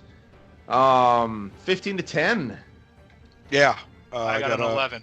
I got a 12. Grogil's got a 12. Grogil got a 12, and let's I see, got an Trago, 11. you got an 11. Yep. And the shaman got a 10. All right. Let's go down to 10 to 5. Yeah, I got an 8. 9. Okay. Which one? Niv, you got a 9? 9, yeah. Niv got a 9. Okay. And Fei-Long got an 8. Fei-Long? Fei-Long got an 8. Okay. And the orcs got a also an 8. What's your dexterity? Your dexterity is much higher. So you go first. And then Carolon. I got a 4. You got a 4. Oh, man. So Carolon Yeah, but I'm far brings away. up the rear. Okay. All right. Grogil, Surprise you attack. have surprise attack. You jump out of this tarp, grab your mace, and begin to swing. Go ahead and take your first attack. 12 plus. What's my attack mod? Well, so It's that's 5, where I didn't right? get it. Is it? Well, it's 5, but something else, isn't it? 5 plus You something hit. else. You hit. You hit. You hit. Okay. Yep. One You hit. 17. It'd be your strength plus your proficiency if you're proficient with maces. And I would think, as a. So it's plus 7. You hit. Absolutely. Yep. Thank you, Dan, for. The mace is 1d6 plus 2. Who does he hit? 6. It's the guy closest. 6 points of damage? Yeah. Okay. So you come flying off, throw the tarp off, and these guys are sort of taken aback. You come slice with the mace, and you hit this guy right on the side of his shoulder, causing a good amount of damage. He sort of flies back, and realizing now that they're under attack, and at that moment, the rest of you now get also an opportunity to attack before they can attack back. Bolin, you're up. What do you want to do? Burning hands. That's my held Burning action. hands. Okay. Burning hands. Exactly when he jumped up, you cast burning hands, and they need to take a dexterity check. Is that right? Yep. Dexterity saving throw of 13. You're gonna cast it from here. What's the distance, the range on that? I'll probably have to move up a couple feet. Okay. Kick over the barrel. Jump on the barrel. Do this sort of Yeah. like- Jump on the barrel. Yeah, just Yeah, just making sure that I miss Grogil, but get the 3 other ones. Okay, yep. And you have a cone. It's a 20. Is it a 20-foot cone or 15. 15? Okay, you can hit all. You can hit all of them then. The Okay. 2 guys in the back and the shaman. Yep. Dexterity saving throw. Is that right? Yep. Okay. What is your DC? 13. 13. Okay. First orc fails it with a 12. Second orc passes with a 17, and the shaman is going to pass. No, sorry, he's also going to fail. So the shaman fails. First orc fails. Second orc passes. Shaman fails. Right. So, oops, shit. So total of 11. 11 damage. So Okay. what? 6 for the one that passed. Yes. Okay. So wow, 11 damage. Nice. So poof, you immediately this burst of flame comes out and comes onto the loading dock and nails all of the guys, and the loading dock itself begins to sort of burn, and smoke comes up, and they take a decent amount of damage. All right, we'll go on to the next one here. Trigo, you're up. Okay. So, would closing the door with my mage hand, would that count as my action? I would say that, yeah. Okay. I don't know if I want to risk attacking. Because I don't have my... What? So if I throw a dagger, Mm-hmm. what does that change? Because right now my daggers is +6 attack, 1d4 +4. What would that change for throwing it? Would it be the same? If you're throwing it from... If I'm throwing it like I don't want to go in and attack. I just want to throw it at the shaman.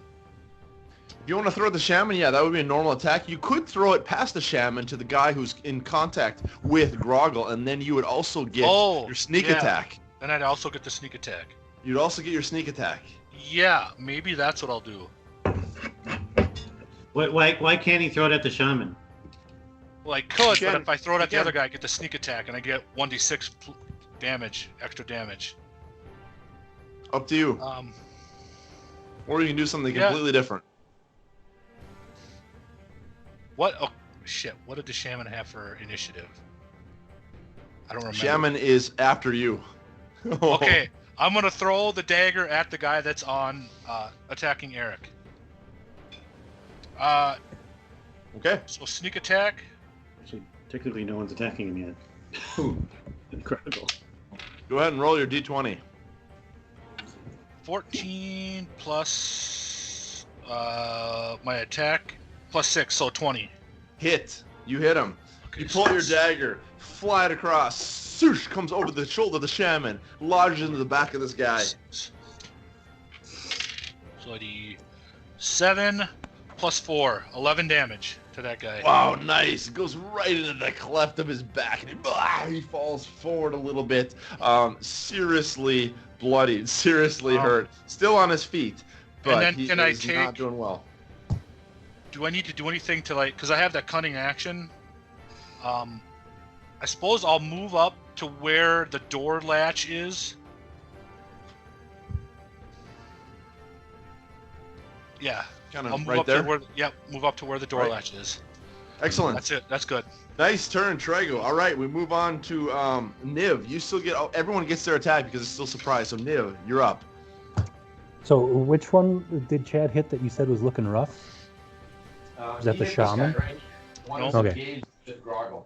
So you said I was about 25 feet away, so I'm going to move 10 feet towards those guys on the loading dock. And you are still invisible. Yep. Is there a way I can do a 15-foot cone that does not hit Grogil? You can do a 15-foot cone from here. Yeah, you can. That will go right past Grogil and hit all three. Okay. Yep. So I'm going to take out some powder out of my component pouch, and like LeBron James does at the beginning of a game, just throw it up in the air and cast color spray. on these Nice. guys. And that takes me out of invisibility. Because you're gonna Yep. turn Yep. Now So I you get reveal 6 yourself. 6d10 Holy shit. Mackerel. of Jesus. points. 6d10 damage? That can't be No, right. of hit points. Oh, Oh, hit So points. that's- Okay, right. Still, 12, 18, 22, 24, 25 hit points worth. Is that right? 18. Yeah, 25 hit points worth are How do I blinded. spread that out? I think it's the same as sleep, isn't it? Originating from you are affected in ascending order of their current hit points, Okay. ignoring unconscious creatures and creatures that can't see. Wow. So you spray out this color spray. Do they need to take a dexterity save on that, or that's just automatic hit? No, it just automatically hits. Okay, and so the color spray comes out of what appears to be nothing, out of the middle of nothing. There's an invisible source of spray of color that comes out, and immediately Niv is revealed as who he is. Strikes the orc that is closest to Grogil, and immediately he falls down in the shimmering glow of color and sort of disintegrates onto the ground. He is completely gone.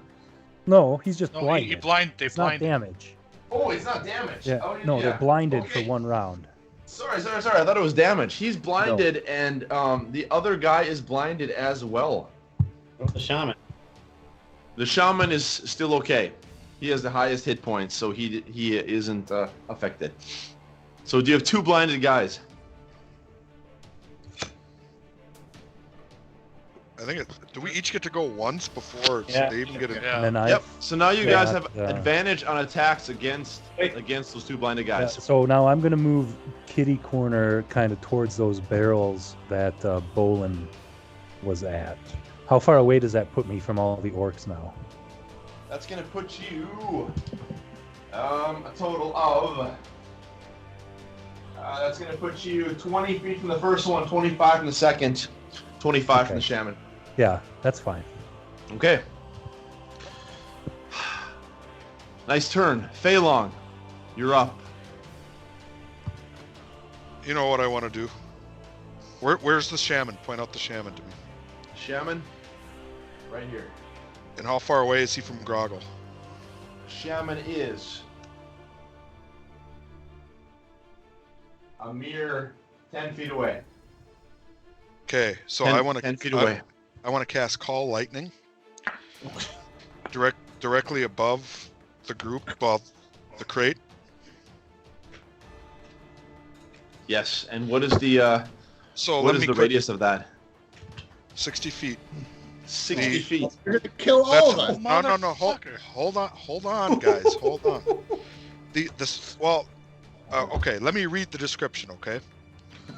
A storm cloud appears in the shape of a cylinder that is 10 feet tall with a 60-foot radius, centered on a point you can see within the range directly above you. The spell fails if you can't see a point in the air from where you're at. So, like, you can't cast it inside. Mhm. When you cast the spell, choose a point you can see under the cloud. A bolt of lightning flashes down from the cloud to that point. Every creature within 5 feet of that point must make a dexterity saving throw. Okay. On a failed save, creature takes 3d10 lightning damage. On a successful save, you take half that. Dan, you're not invisible anymore? Nope, I cast a spell, so Okay. I'm not invisible. Because this is a concentration, so 5 feet, Matt, So 5 feet around. Okay, from that point. from the shaman. Okay, so the shaman takes the first hit. That's the point, right? Correct. Okay. Well, hold on. Let me read this so we get it right. Everybody's got everybody within 5 feet has to make a dexterity saving throw. Okay, so that is the that's the two orcs in front. They are blinded. Time ago. They automatically fail any ability check that requires sight. Dexterity, this is going to require sight because they're going to have to be able to avoid the lightning when it strikes. So they automatically fail. The two orcs in front fail the dexterity save. Okay, and then what about the shaman? Shaman fails. Okay, so you want me to roll damage? Yep, go for it. You're going to finish him off probably. So this will be for the shaman. Okay. What's I for only all have of them? 2. Shit, a 0 is that? That's a 0's a 10 on a 10. That's a 10. A 10, yeah. 5, 10, and 9. 24. Jesus. Yeah. 24. So this cloud of smoke and cloud comes above, and this lightning bolt flies directly below and hits the shaman, and he flies backwards, seriously bloodied. He is hurting. He is not doing well. Roll Okay. for the other two. 4, 8, The same 12. damage. No, you rolled that. Because another lightning bolt comes out. It's one bolt of lightning, right? That strikes but yeah. down within 5 feet. So it does the same amount of damage, right? You only roll once. And if they pass or fail, Yeah, you're right. Yep, I reread it. You're right. Okay, so the other guys also take 24 points of damage. The lightning bolt spreads out 5 feet from the center of the shaman. You see the bones of the shaman through his flesh as this lightning comes through and moves out into the others. The other two are electrified and fall over. Both of them dead. Holy moly, guys. The shaman's not dead? The shaman is seriously hurt. So he Not flew yet back. dead. Where is he? So he's Still on that little right bridge. where he is on that loading dock there. Caroline, you're up Alright. before we go into normal. I'm gonna try. Can I hit the shot after all this happens, or am I blinded by this? This light? You move your head aside as this flash of light comes, but now you are within range if you want to shoot an arrow at the shaman. Can I I just do. scream like, "Don't kill the shaman"? We need Sure. someone to talk. Do we want someone About? to talk? About? Do we? Yeah, Everything. do we? He annihilated us Well, I can't talk. Well, yeah, Ken Grogil's alive. the delivery he made. Yeah. Well, I'm not. Caroline wants to kill. What? I- Think of your Yeah, think of you your know what? alignment. Think of your Well, alignment. also Yeah, think really. of Sora. So, huh? You're probably your pretty alignment. pissed off about your wolf. Yeah, my wolf exactly. So yeah, About the wolf. Let's go. yeah. All right, here we go. Fuck him up. All right, so I got an 11, so I probably missed him anyway, or a 13. Uh, Sorry. 13, yeah. So you fire an arrow, it flies over his head. Your eyes were more affected by the flash of light than you Yeah. had thought. Yeah. So that is the end of that round. We go back to a normal round now where the orcs and shamans are able to get involved. Bolin, we are back to you at the top of the round 2. Or round 1. That was a surprise round you had. Go ahead, Bolin. Does he see me? Like, is he looking west? Could I like sneak up behind him? Where Trago is? Like, could I come up behind, like right around and behind him on that dock? Just Trago's right there. Yeah. If you went in through the door, you mean?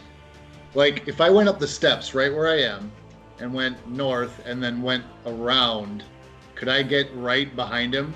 Like, Yep. close enough to touch him? Well, let's see here. You have a movement of 30. Yeah. Go 10, 15, 20, 25, 30 will get you right there. Could I vault over the dock to get closer? Instead of going around, could I vault up? Like swing push. Let's see, 5, 10, we'll say 15, 20. Yeah, that'll get you behind him. All right. So I'm gonna go right up behind him. I'm gonna whisper in his ear. I'm gonna say, "This is from the savior of the day." And I'm gonna cast Inflict Wounds. I just need to touch him. Which is Okay. 3d10. 3d10? It's a melee attack spell. On a hit, I get I deal 3d10 damage. Okay, roll your, what is you have +5 on your, +5, yep. +5, yeah.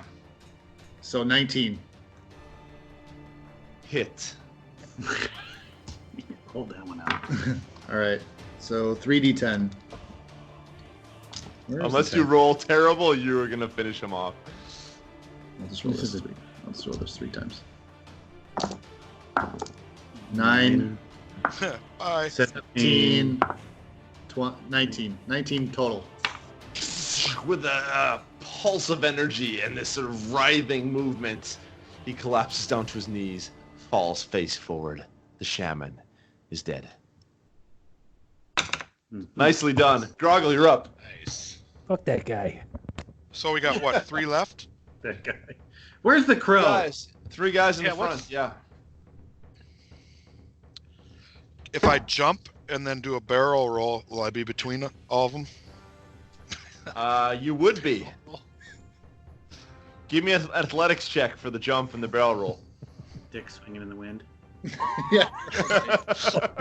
Attacks him with the helicopter. Can you tuck and roll? The wristwatch that careful. Matt was made popular in high school. Yeah. What am I doing? Athletics? Athletics check, yeah. Scare these guys off. +7. Jesus. 10. 10. +7. Trips over the cart. So Grogil runs Face to do a plants barrel roll right through the and comes fucking to ground. jump across, catches his foot on the end of the cart, flips over and falls down at the bottom of the cart. So you're not within range of them. How many feet away am I, would you say? Actually, no, they're right on the end there. You're in contact with one of them, Okay. so you're able to attack one.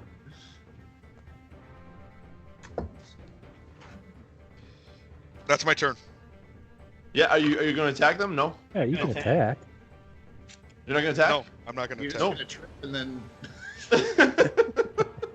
All right, so Grogil falls off the cart, stands up, Yeah, and he's second right next thoughts. to Like, yours. yeah, maybe it's not Okay. great if I attack right now. Tragel, you're up.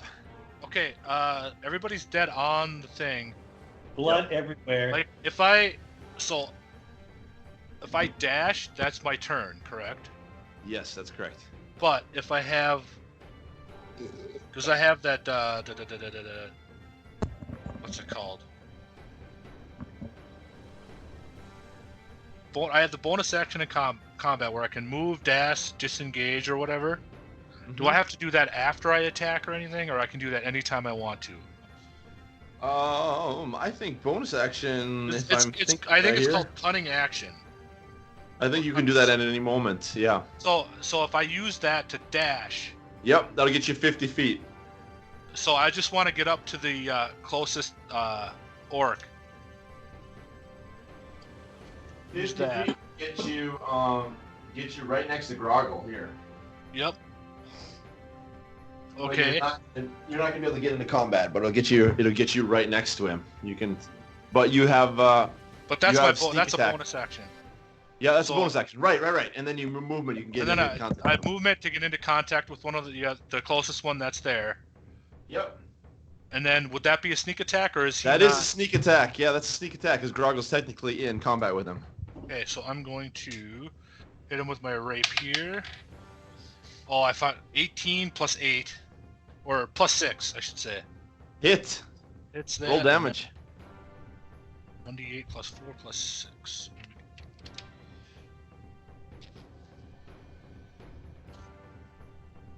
Where's my fucking d8?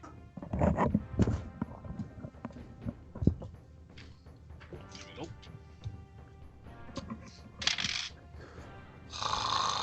8 damage. 8 damage. Okay. No, So bad decent enough strike on him. Yep. Causes some blood to come out. He sort of spins around and sees you there behind him. Oh yeah, no, fuck! I can't do anything to disengage with him. All right, that's my turn. All right, Niv, you're up. So which one was Chad attacking? I can't tell. This one right here. Farthest one from you. Okay. How far away from them am I? You are. I guess I can just move closer, huh? Yeah, you are. Let's see. You are 30 feet away. Okay. Let's see what does.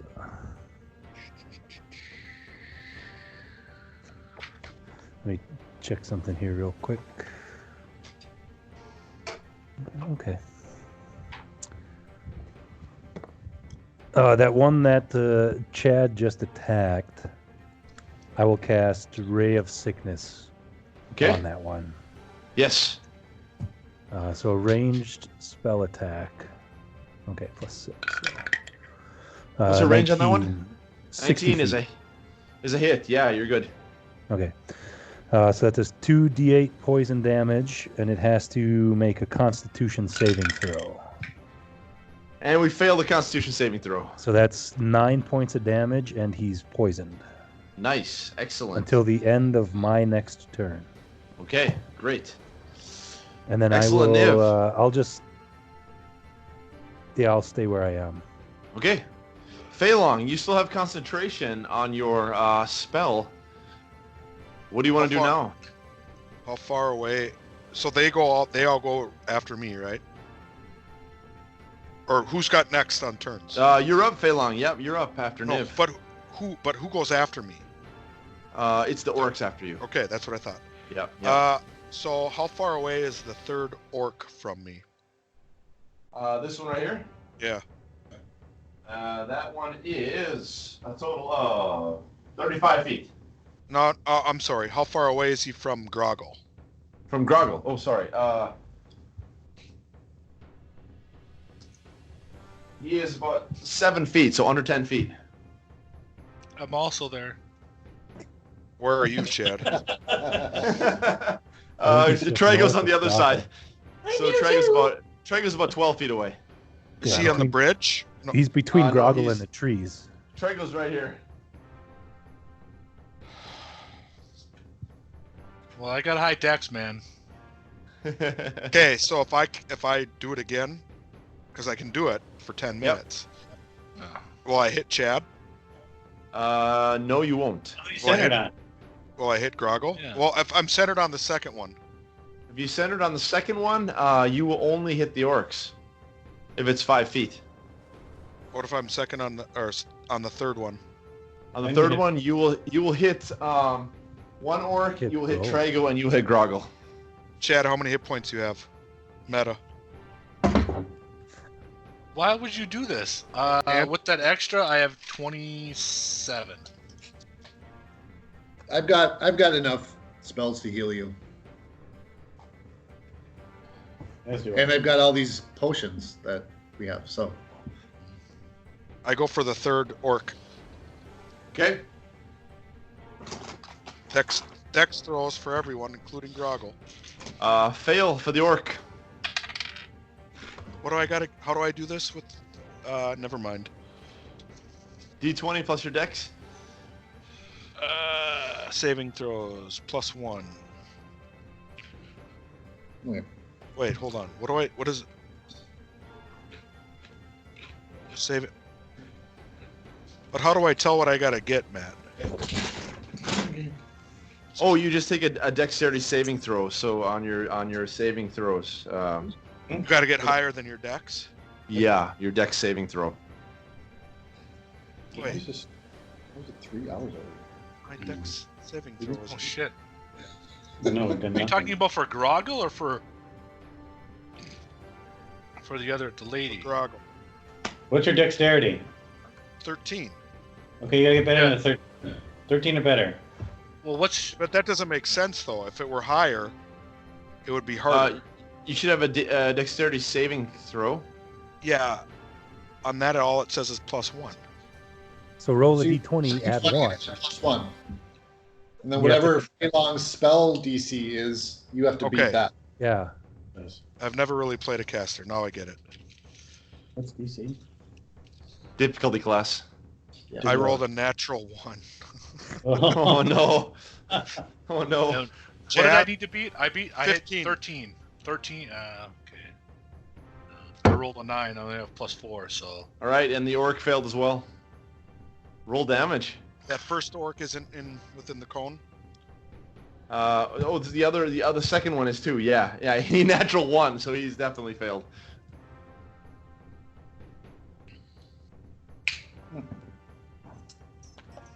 Ten, Grogil has 17 hit points. 17, 19 points of damage. Okay. Wow. Wow. Wow. Isn't Grogil unconscious now again? So this guy is gone. Grogil falls unconscious. Trago takes a massive amount of damage. This guy is seriously hurt here as well. The end of Fei-Long's turn. The two orcs see the writing on the wall. They're going to take off. Okay. So they're going to dash as far as they can, heading west. The two orcs are going to remain. You have an opportunity to take an opportunity of 10. No, you're not actually in combat there, Trago. So they take off, and they're going to flee. I'd like to cast a spell as a reaction. As a reaction, okay, go ahead, Bolin. Oh, I want to cast Hold Person. shoot. Okay. Matt, hold on one second. Do I get to cast my shield spell? Hold on here. Oh, that can be used as a reaction. So I was wrong about that one. You don't have to prepare that one. You can just use it as a reaction. Yep. So hold person. No, go ahead. it's just plus 5 AC, so that wouldn't count for that. No, right. Okay. Yep, that's All right. when you get attacked, right? Yep. All right. Bolin, you want to do hold person? Yep, Hold Person, so we can maybe interrogate one of these guys. Okay. So on which one of them? Wisdom saving throw Wisdom saving throw. of 13. And he passes. No! So you are unable to get him. He is going to take off with his other friend. Don't I get an attack of opportunity? You're No, just the one that we were in combat one. No, Fei-Long. No, they're not. No, you weren't actually in combat with Okay. them. Oh, yeah, okay. So these two orcs take off. Let's take a 3-minute break, and then we'll finish this off with a little bit of narrative, and we'll wrap it up for the night. Well, I just need to go use the restroom one more time. Yeah? So I can't use dash once they break away. We can't chase after them. You can try if you want. Cause I have that cunning action where I can dash and then dash again. So that we'd have to get back to your turn, and we would eventually come back to you though. Did you want to try and chase him down? I'd like to. Okay, well let's for the narrative's sake, let's say that you can get up to 2 of them. Okay. You can catch both of them as they're running away. You're faster than they are. I like What do the you wanna idea do? of a piss break, though. All right. You want to take a pee break? No, let's finish this off. All right. There's 2 of them. Yeah, there's 2 of them. Either. You can tell the orc on the right is severely damaged. You can do a called shot where you can just try to knock him unconscious if you want. Yes, I want to disable him. Okay. Okay. How do I just roll an attack then? So you do a normal attack, yeah, but then you just you bring him down to unconscious level hit points. You don't actually kill him.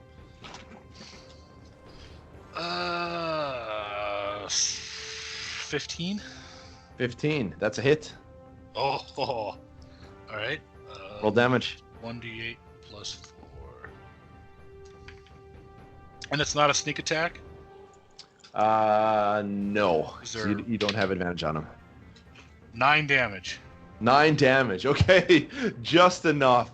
You catch him with your knife. You sort of use the blunt end. My of it. rapier. You flip it around. Your rapier. Yeah, you're able to just come with the blunt end, smack him across the head. He collapses to the ground unconscious. The other orc continues off the battlefield and runs away even further. And I will let him go. Okay, let's take a 3-minute break, and then we'll wrap up the evening with a little bit of narrative discussion here. All right, guys, let's finish this up here for the night. The orcs take off, and Trago is able to catch up with one of them and to knock unconscious one of the orcs. The other one takes off and flees, probably catching up with Gorlog eventually somewhere in the northern part of the city. Dude, what are you doing? So, And there, the rest of you are there, standing with one orc collapsed in front of you, and the building is wide open. so What do you wait, guys so do?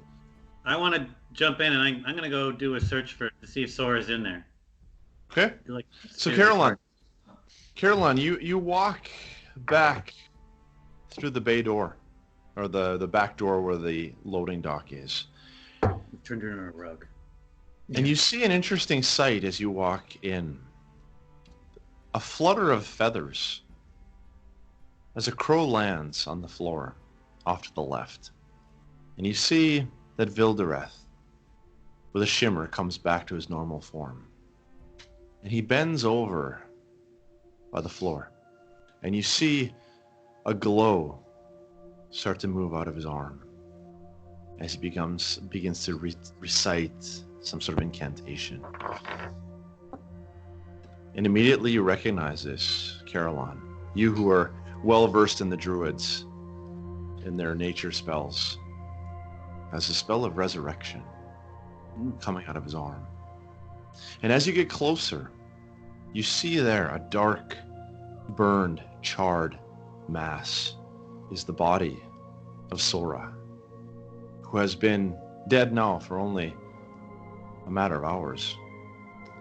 And you see as he begins to cast this spell that the light moves more and more out of his arm into his fingers and begins to come into Sora's body. You see her fur begin to change from charred, burned fur into normal fur again. You see suddenly her chest cavity start to move up and down. She opens her eyes, stands up, looks around, and sees you immediately as you walk through the door, and she runs over to you and leaps up onto you, knocking you down onto the ground, and gives you a big, wet kiss. Vyl-Dareth stands up, turns to you, and he says, "Because you are a brother of the nature goddess, I have saved this, my only 5th level, for you." And he bows low to the ground. And Now, turns back into a crow and takes a perch up in the rafters. Is that how Alright. mages talk? They like, this is my 5th level spell. Little meta in there, but you know. yeah.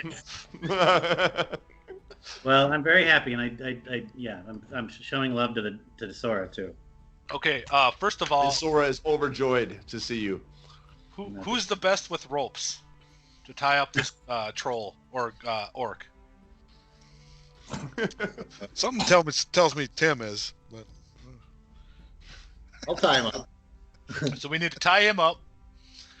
And then, what time is it right now, Matt? It's about 9:30 at night. okay. I'm gonna cast detect magic inside.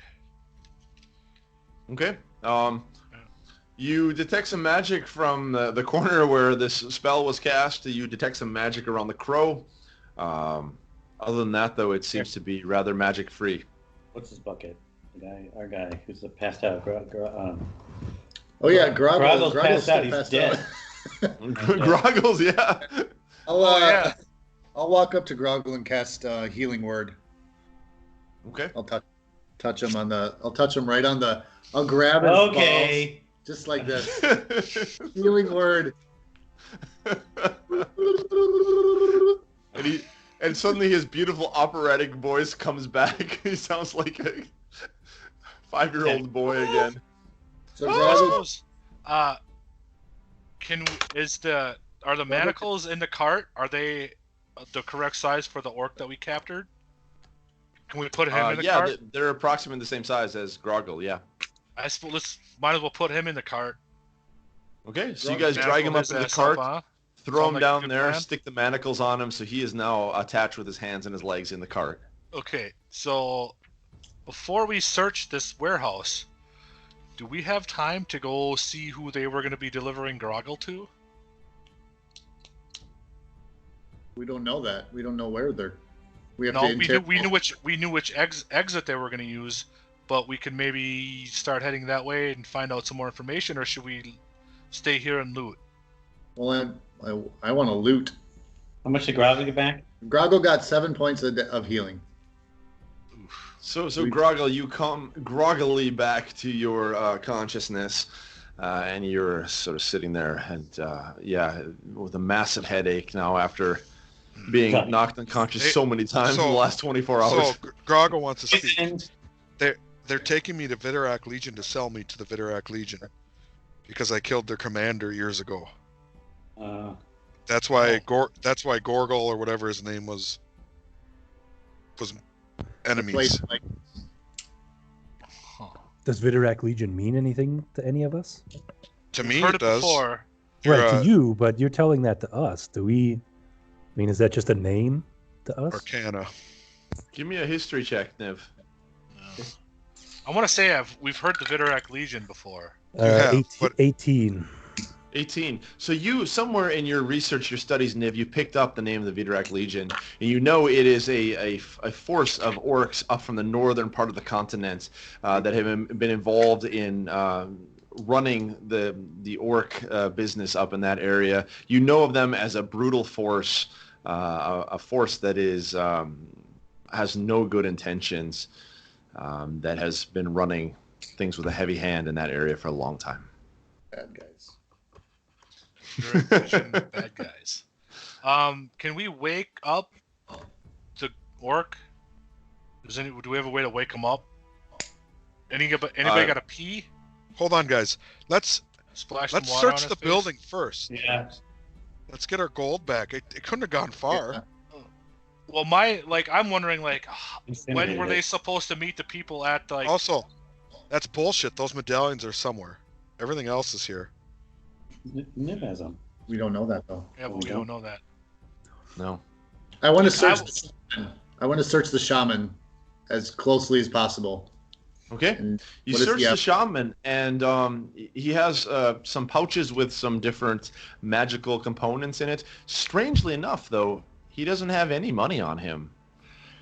But what he does have is he has a bit of greenish dust on the sleeve of his shirt. That's the only thing you really notice. He has no gold with him, no money, just these components, couple weapons.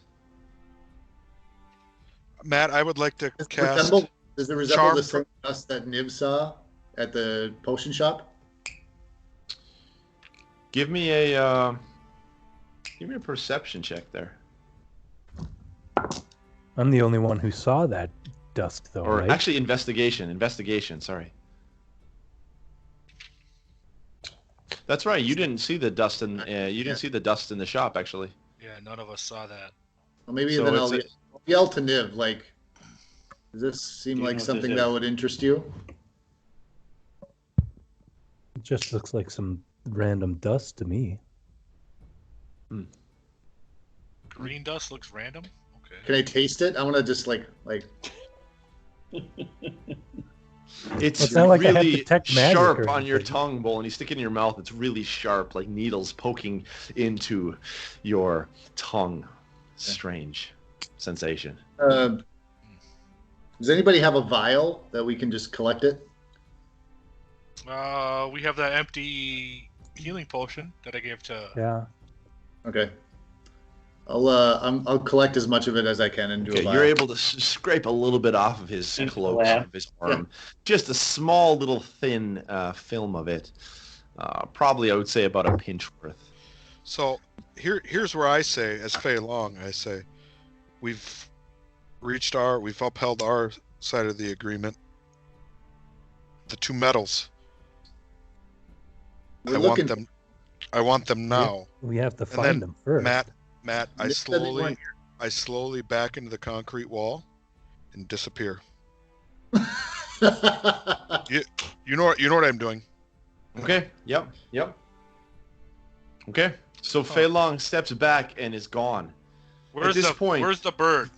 Vyl-Dareth comes down from the other rafter, lands as the crow, and resumes his normal form. And he says, Fei-Long has spoken truly. We have upheld our bargain. We have done more than has been expected of us. Now we expect you to repay us. Did The medallions. Vyl-Dareth do anything at all? Revives my Raised the my dog. wolf. Yeah. What's your alignment, Dan? Wouldn't you like to Fei-Long know? killed Grogil. Yeah. From our perspective, Yeah. Fei-Long killed Grogil and Vyl-Dareth did shit. Except It's give ki- us the it's money kind of- for yeah. shit. I think we're at kind of a win-win here. Except buy you like 5,000 gold worth of supplies Yeah, to let you. well, my whole thing was I was going to go over to the other orc that I hit with the knife, pull that knife out if it's still there, and drop everything that they bought me and give it to them back. I want to drop everything at their feet and give it back. I don't want any of it. I want to search the building. Yeah, we need to do Yeah, a. we gonna should go maybe down- search the building Yeah. first. Yeah. Okay, everyone who wants to search, give me an investigation check. We're all gonna search. Those look like chests there, don't they? I got got a 9. 15. God, I Eight. hate 12. What did you get, Caroline? 18. 18. Okay. You walk around the center of the room. You see, Caroline, you notice that there's the group of crates that have been pushed together to make this makeshift table. In the center of the table, you see that oil lantern, and there's weathered glass. In a box on the floor, you see 6 additional flares. If you remember from last time you were here, they lit flares and threw them out in the 4 corners of the warehouse. And as you scan the darkness, you notice once again a long crate to the side, and there is another tarp over the crate. You also notice next to that is 3 different chests. And Caroline, because you rolled a good roll, you notice on the side of the chest there seem to be stamped the Roman numerals IVV onto the sides of all 3 of the chests. The chests are closed at this point. So they locked? And you also notice... Sorry, go ahead. Are they locked? They have locks on them? They don't have locks on them. Hey, who remembers how to translate Roman numerals? It's 155. And you yeah, also but, notice, but the 1 Caroline, is before the 5, so it's 4. Yeah. Plus 4, 5, 5. wouldn't it be 9? 9. Sure. 9 would be IX. Yeah, you're right. Mm-hmm. It's either 155 or it's 45. 45. And if it's or- 45 is XLV. Yeah. Isn't that the current president of the United States? Let's Yep. not go. The password is Burn them to the ground. Yeah. Kill them all! Best boxes ever. Best box. Nobody has studied boxes as much as we've studied these boxes. All right, so can I pull the tarp off the chest that's there? Yeah, you pull the tarp off Or wait, of yeah. the crate, and there you see the body of Baz, the guy that Grogil had murdered, the first bookie from the Riverside Respite, with a wound straight through his eye, lying there, dripping blood. You see the blood runs down and coagulates in a pool, and you look above and you see the 3 soldiers hanging there, their bodies likewise dripping a pus-like fluid down to the ground that coagulates, joins together, and runs eventually into a grate. So there's 4 bodies here. Okay, I'm gonna just let that one go. Yeah. Are the Do we- other bodies? Do we recognize him as the bookie? You immediately recognize him as the bookie, yeah. The Does first he have bookie. money on him? Yeah, is he naked? You search him and no, he's got his clothes on, but there's nothing. He has no money on him. All right, Told so you, go back. there's Yeah, no money What's here. what's in the God. chests? Mm-hmm. So go back to the chest. Let's open the You go back to chest. chests. You open the chests up, and the chests are actually completely empty. These are the chests that you remember you saw that the shaman had taken some pouches out of there. But in the bottom of the chests, just like on the shaman's arm, you see this thin layer of green dust, a powder on the bottom of the chest that match the powder on his outfit. And Caroline, That as was you scan to the right, also back to the center, you see there is the pile of your possessions that you guys had lost when you were held captive. Money too? No money or are there jewels and things? Go ahead and dig through a little bit and give me another investigation check real quick. This is actually kind of important for you. Ooh. I got a 3. Yeah, you notice most everything that you had thought you guys had, and nothing else really seems to stick out there. But there's, the pile of possessions that you have. Can You we look lost. at? I want to take a good 10 minutes and look for any like trap doors, secret Yeah. doors, walls. Like I want to look around the walls and make sure there's no like shifting blocks or wood Mhm, panels. mhm. Or anything like that.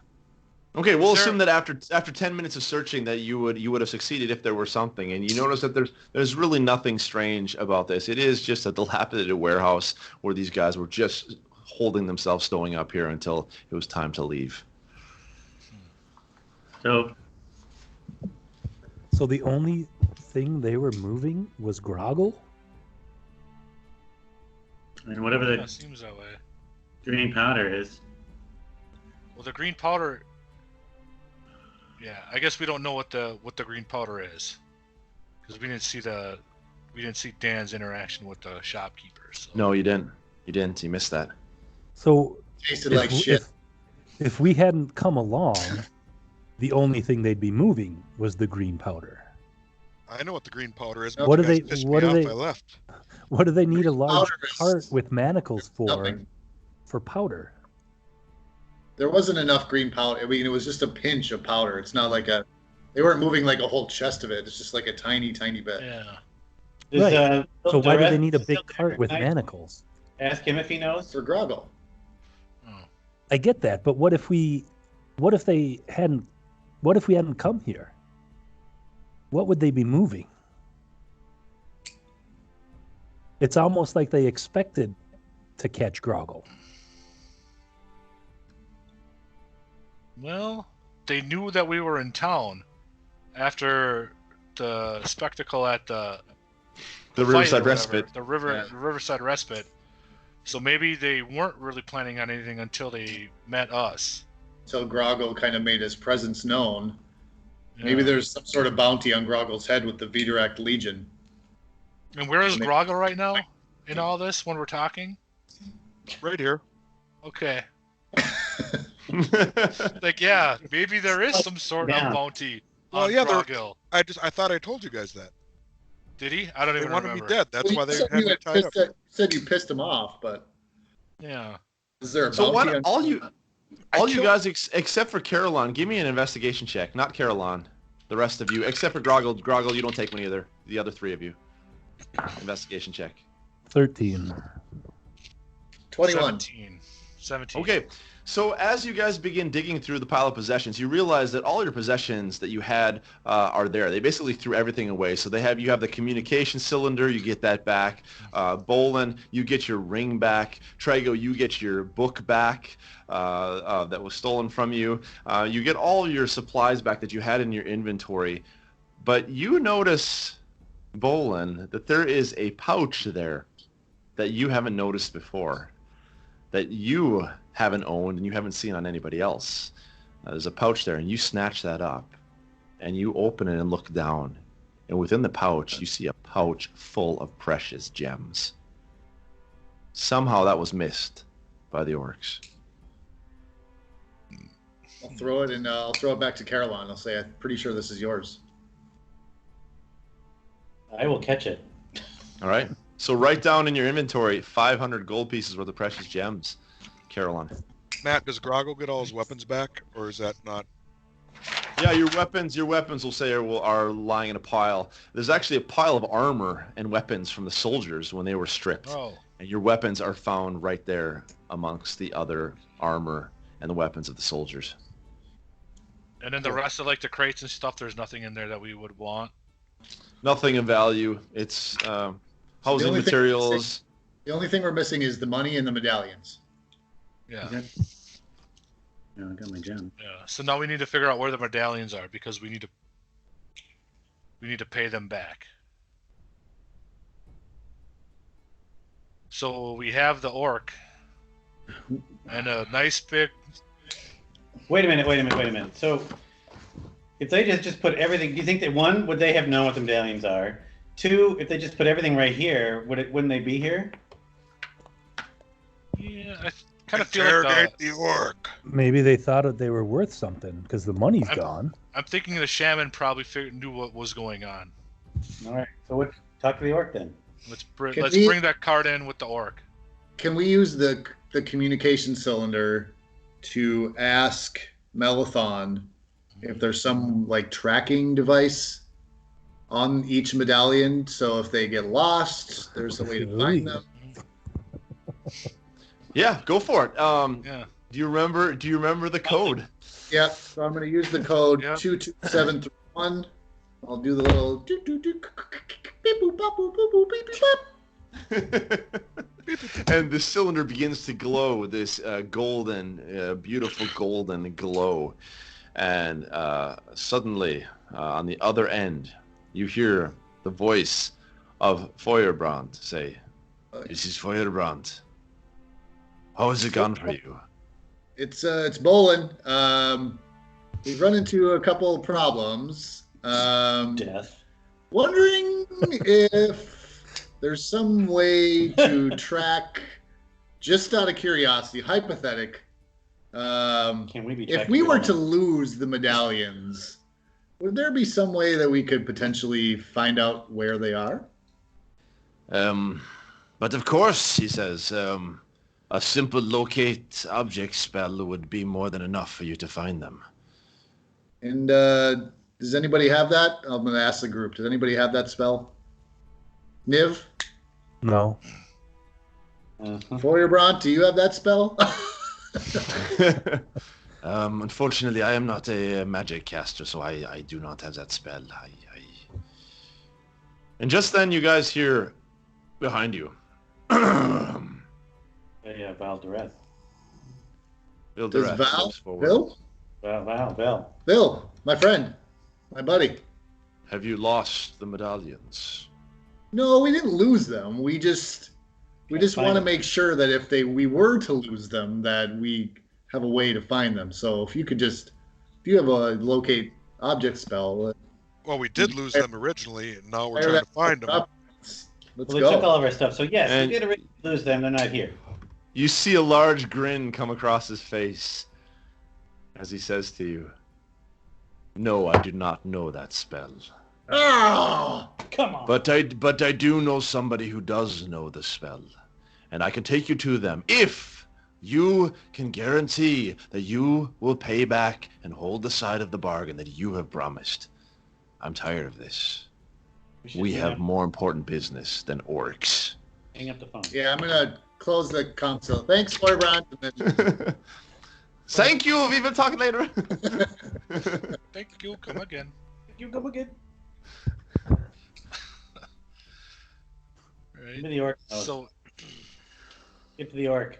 yeah, I want to pull the orc inside the in the warehouse and start talking to him. But if we need to find the medallions, Vyl-Dareth says, then we go, and we can go to an inn across the street. I'm sure we can find a magic caster there. We can locate these medallions. I would like to be paid. So Vyl-Dareth, do you happen to know what this green powder is, by the way? Of course. Peridot Yeah. dust. Oh, there it is. Niv, didn't you recognize this? So this is, I've never seen it before. Isn't this what you said you needed, though? Peridot dust is what the entire city of Theondir, the black market, runs on. This is the most valuable item in Theondir. This is what we, as the Resistance, need to fund our resistance. Peridot dust is what allows us entrance in and out of Theondir. It's what allows us access to some of the most sacred spells of the Sincari. It is what gives us funding.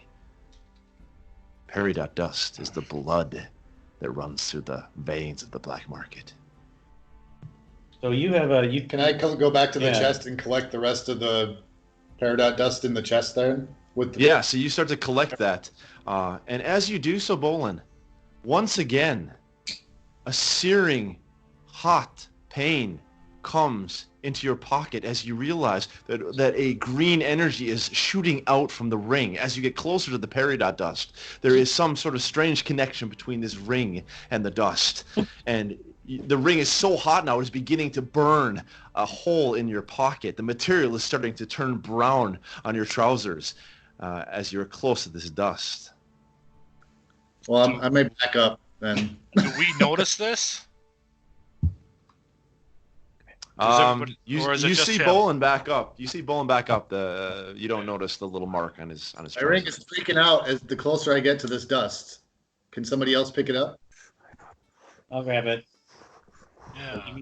Give me your cylinder, your vial. container, your vial. I'll get as much of this dust out here as I can. Yeah. Dude. Did we lose somebody? No, here. Yeah. Yeah. Okay, so you pick up the dust and you put it into the vial, and you've got it now. A little bit more, about 3 or 4 pinches more. Can I? I'm gonna put the ring down on the ground. Mm-hmm. And I'm gonna take the vial of dust and just sprinkle a little bit on the ring. The ring immediately flares up in this green, brilliant green flame all around it, and then it settles down again. The ring looks hot to the touch. It's glowing green energy. What does this thing do? We don't know. Does Vyl-Dareth know? Does Vyl-Dareth know this ring? If I show it to him, does he recognize He looks rather confused. Such ring I have never seen before. Curious how it reacts to the peridot, but I've never seen something like that before in my life. If we're going to a mage to find the medallions, this mage would potentially have a identify spell too, right? Yeah, potentially. Could identify the ring? Okay. We can just talk to the orc. Yeah. Yeah. Let's talk to the orc. Okay. So you, after about an hour, the orc is finally now regained consciousness. He's all tied up, manacled into this cart, and he's sort of writhing around, looking confused. What do you want to say to him? Well, we're gonna bring him inside the building first. Okay, so And you take the manacles make off, drag him yep. inside. Well, can we bring the whole crate inside? The cart, Or yeah. the cart? Well, no, it's gonna be hard to lift it up on top. I don't think you're gonna be strong enough for that. Okay, so then we just need to we'll bring him inside and kind of Drag tie him inside. up. Yeah. Okay, Make tie him up sure- by the crates. Yep. All right. What is it? What is it you want with me? He says. Can I Shit. cast Yeah. friends on him? Yep, go for it. Oh yeah, good idea. So that's for 1 minute. I have advantage on all charisma checks. Okay. Well, that isn't hostile towards you. Is he hostile towards us? I'm assuming. Yeah, he is. definitely. Okay, so it's not going to do Okay, anything. so- Doesn't work. Shit. I suppose we're just gonna have to go with good old torture here. Let's get what's his name? Good old torture. We don't have any really good weapons here, though. So I'm just gonna ask him what his greatest fear is. Trying to be intimidated. Oh fuck! I can't be intimidated. Wait. Why don't we just ask him before we start to torture him? Say, hey, dude, we got a situation. Well, and I'm looking at Karen. I'm like, really? You don't want to torture him? I don't. Like, give me 5 minutes with him. He'll tell me everything he ever knew. What? We don't want to torture him. What if we just ask him first? If he doesn't tell us, then we'll torture So him. what? It's like What do we want to ask him? Well, hold on. Right, but what do we Come on, want we're to ask playing him? the good cop, bad cop. Yes, I know. That's Matt. what do we want to ask Matt, him? Yeah. Matt, I asked the orc if he knows where the medallions are. What's his answer? The medallions. What medallions are you speaking of? I don't know what you're speaking of.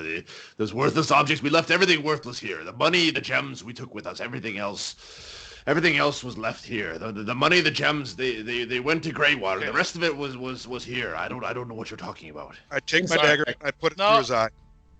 That's my action. Done. Dead. No. God damn it. What? Damn it! Did he just kill him? That's how Grogil rolls, boys. He just said That's Greywater. true. Sorry. Did he? And at this Yes, point, he said you it. guys, at this Said point, everything you went to guys Greywater. hear the door opens in the back, and you see now as Fei-Long comes walking in, and she is accompanied by an older gentleman in a long robe, and she walks straight up to you guys. Hi. What's up? The medallions are on Dan. What? He has them. Who's Dan? Yeah, it's Dan. Niv, Niv? Give us Dan? I dug through all of our stuff. There was nothing here. why do you lie? The mage I'm not stretches his lying. finger out. The medallions are with him. I did locate object. They are on him. I can see them right now. For God's sakes, really? Dude, we Yeah. knew you were a smuggler, but come on. Yeah, empty your pocket. Grogil pulls out his Morning Star. I am going. Where's he pulling it up from? He's not clothed. He's got all his stuff. Yeah, I am. I got all my clothes. I got 2 sets of clothes. I got 3 sets of clothes on me now. Not. He Actually, was talking about Grogil. I'm gonna turn to Niv. Niv, is this true? Let's torture him. Yeah, I'm cool with torturing. so can I cast friends on this mage guy without anybody noticing? Sure. Yeah, go for it. Cast friends on him. Is So that then a I've cantrip got, or is that a real spell? We That's a already cantrip. know. It's a cantrip. But is it a full or somatic? Like you're gonna have to move your hands or say It's something. Right? somatic and material, but it's a small amount of makeup applied to my face. So I can just It's like yeah, I can just scratch my face. Would we little bit recognize of- Like that? everyone's I wife. recognize that as okay. Never mind. I don't know. Would they? I mean, can I do Yeah, this? Yeah. As, Give me a okay. sleight of hand with disadvantage. Good 3, 8. 8. So they notice you do it. They see you put a little makeup on your face. It's bullshit. That is Right, I'm okay. gonna- Go time. I'm casting hold person on Niv. Pulling out my bow. I'm Can I try and like sleight of hand ditch this stuff into? Like I said, I've got 3 sets of clothing now. You're So wearing all of them. no, I'm not. But if we picked up all our stuff, I've got the new stuff I got, my old stuff, right, and right. my fake persona stuff. So Bolin, you cast hold person. Yep. As Niv tries to sort of slide the medallions around on his clothes, and go ahead and roll that out then. I don't. What 13. is You what gotta is beat a old 13. person? Oh, 13 wisdom saving throw. oh. 20. Oh, oh, nice. I was expecting low.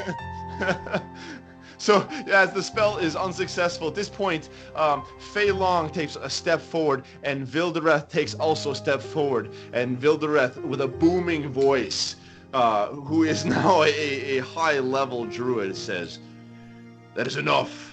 That is enough. The medallions are here. We will take our 2. We shall leave. Let us end this infighting. We will take our reward. We will leave. And you will never see us again. The medallions," he says, stretches out his hand to you, Niv. I Can I don't. try and convince him that I only found the one? I found 1 medallion. Give me a persuasion check with disadvantage. You better do it for me too. Mage, see all of them? 11. The medallions, he says again. All right. If I can't do anything else, I'll pull out 2 and say this is all I found. He grabs the medallions, gives one to Fei-Long, takes one himself. Fei-Long and Vyl-Dareth connect eyes, flash in their eyes.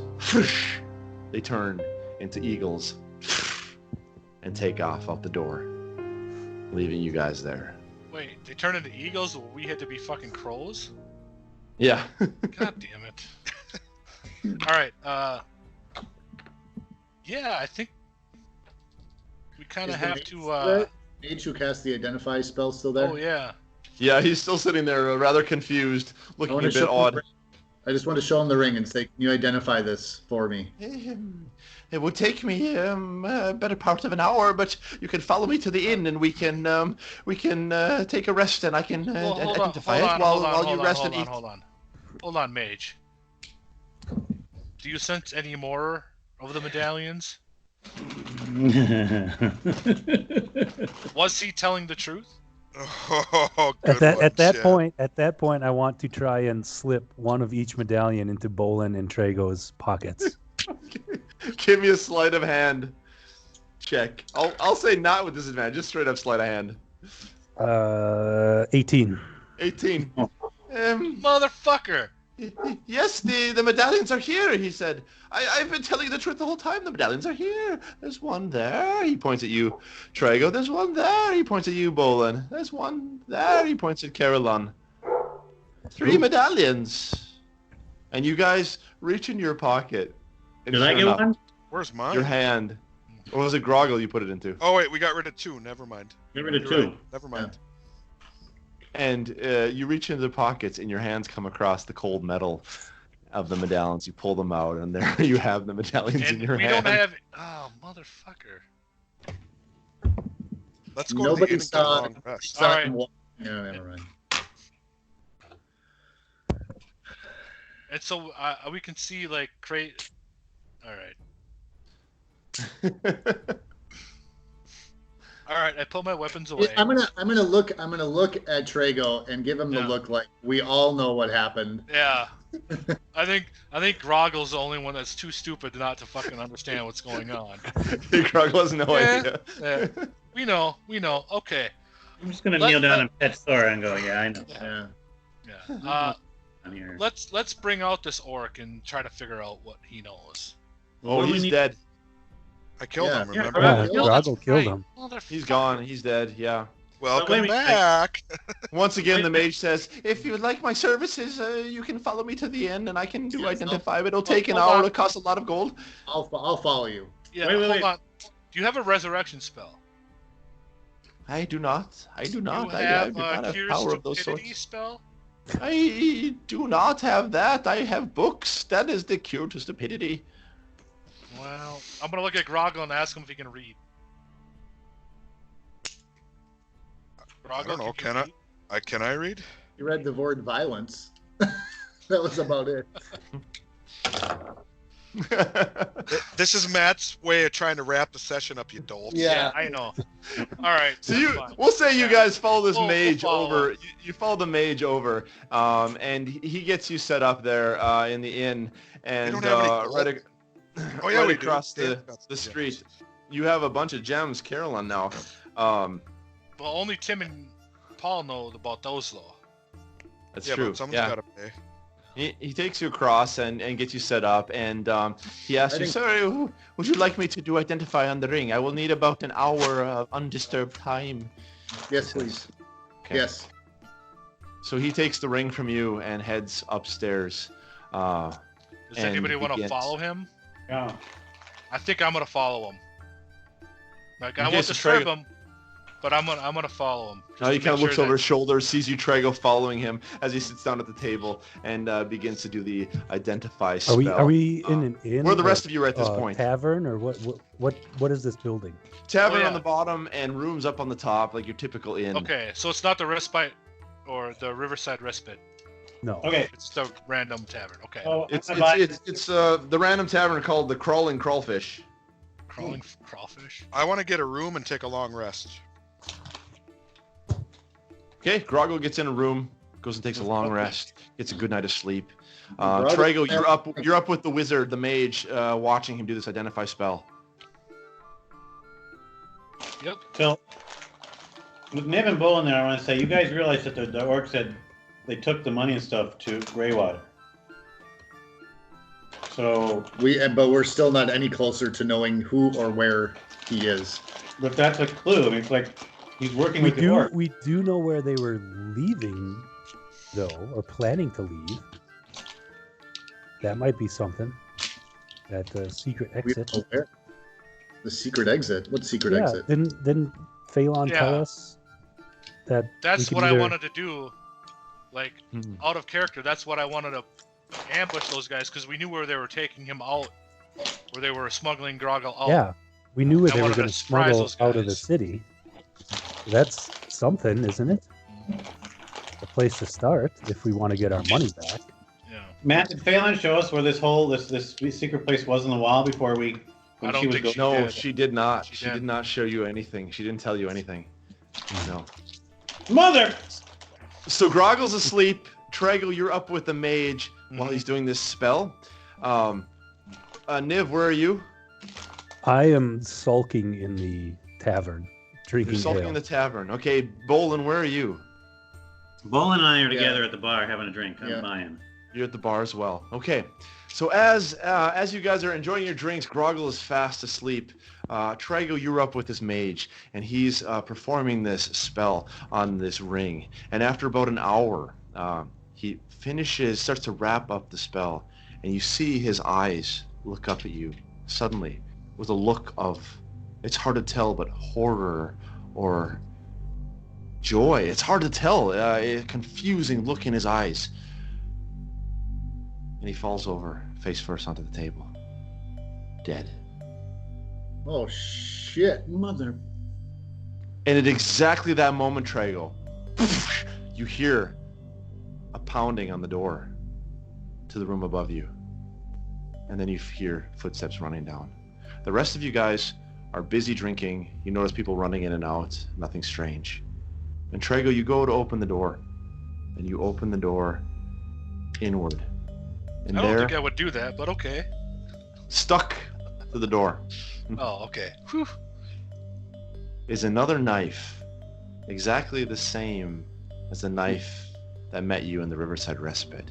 And attached to that knife Did is yet Trago see another that, though? note. Trago Did just saw Trago- that. No, The first the knife, original. though. I think we all saw it, didn't we? Yeah. I thought it was you all just saw me it. and burned the Bolin, note. You all wasn't saw it. You all saw it. Yep. Okay. My face. Yeah. And there, attached to this identical knife with this Celtic handle that you've seen before, is yet another note. You look at the knife. You turn back and look at this mage who is passed out, perhaps dead. And the ring is glowing brighter than ever. And that's where we can wrap it up for tonight. Yeah. What's on the note? What's on the note?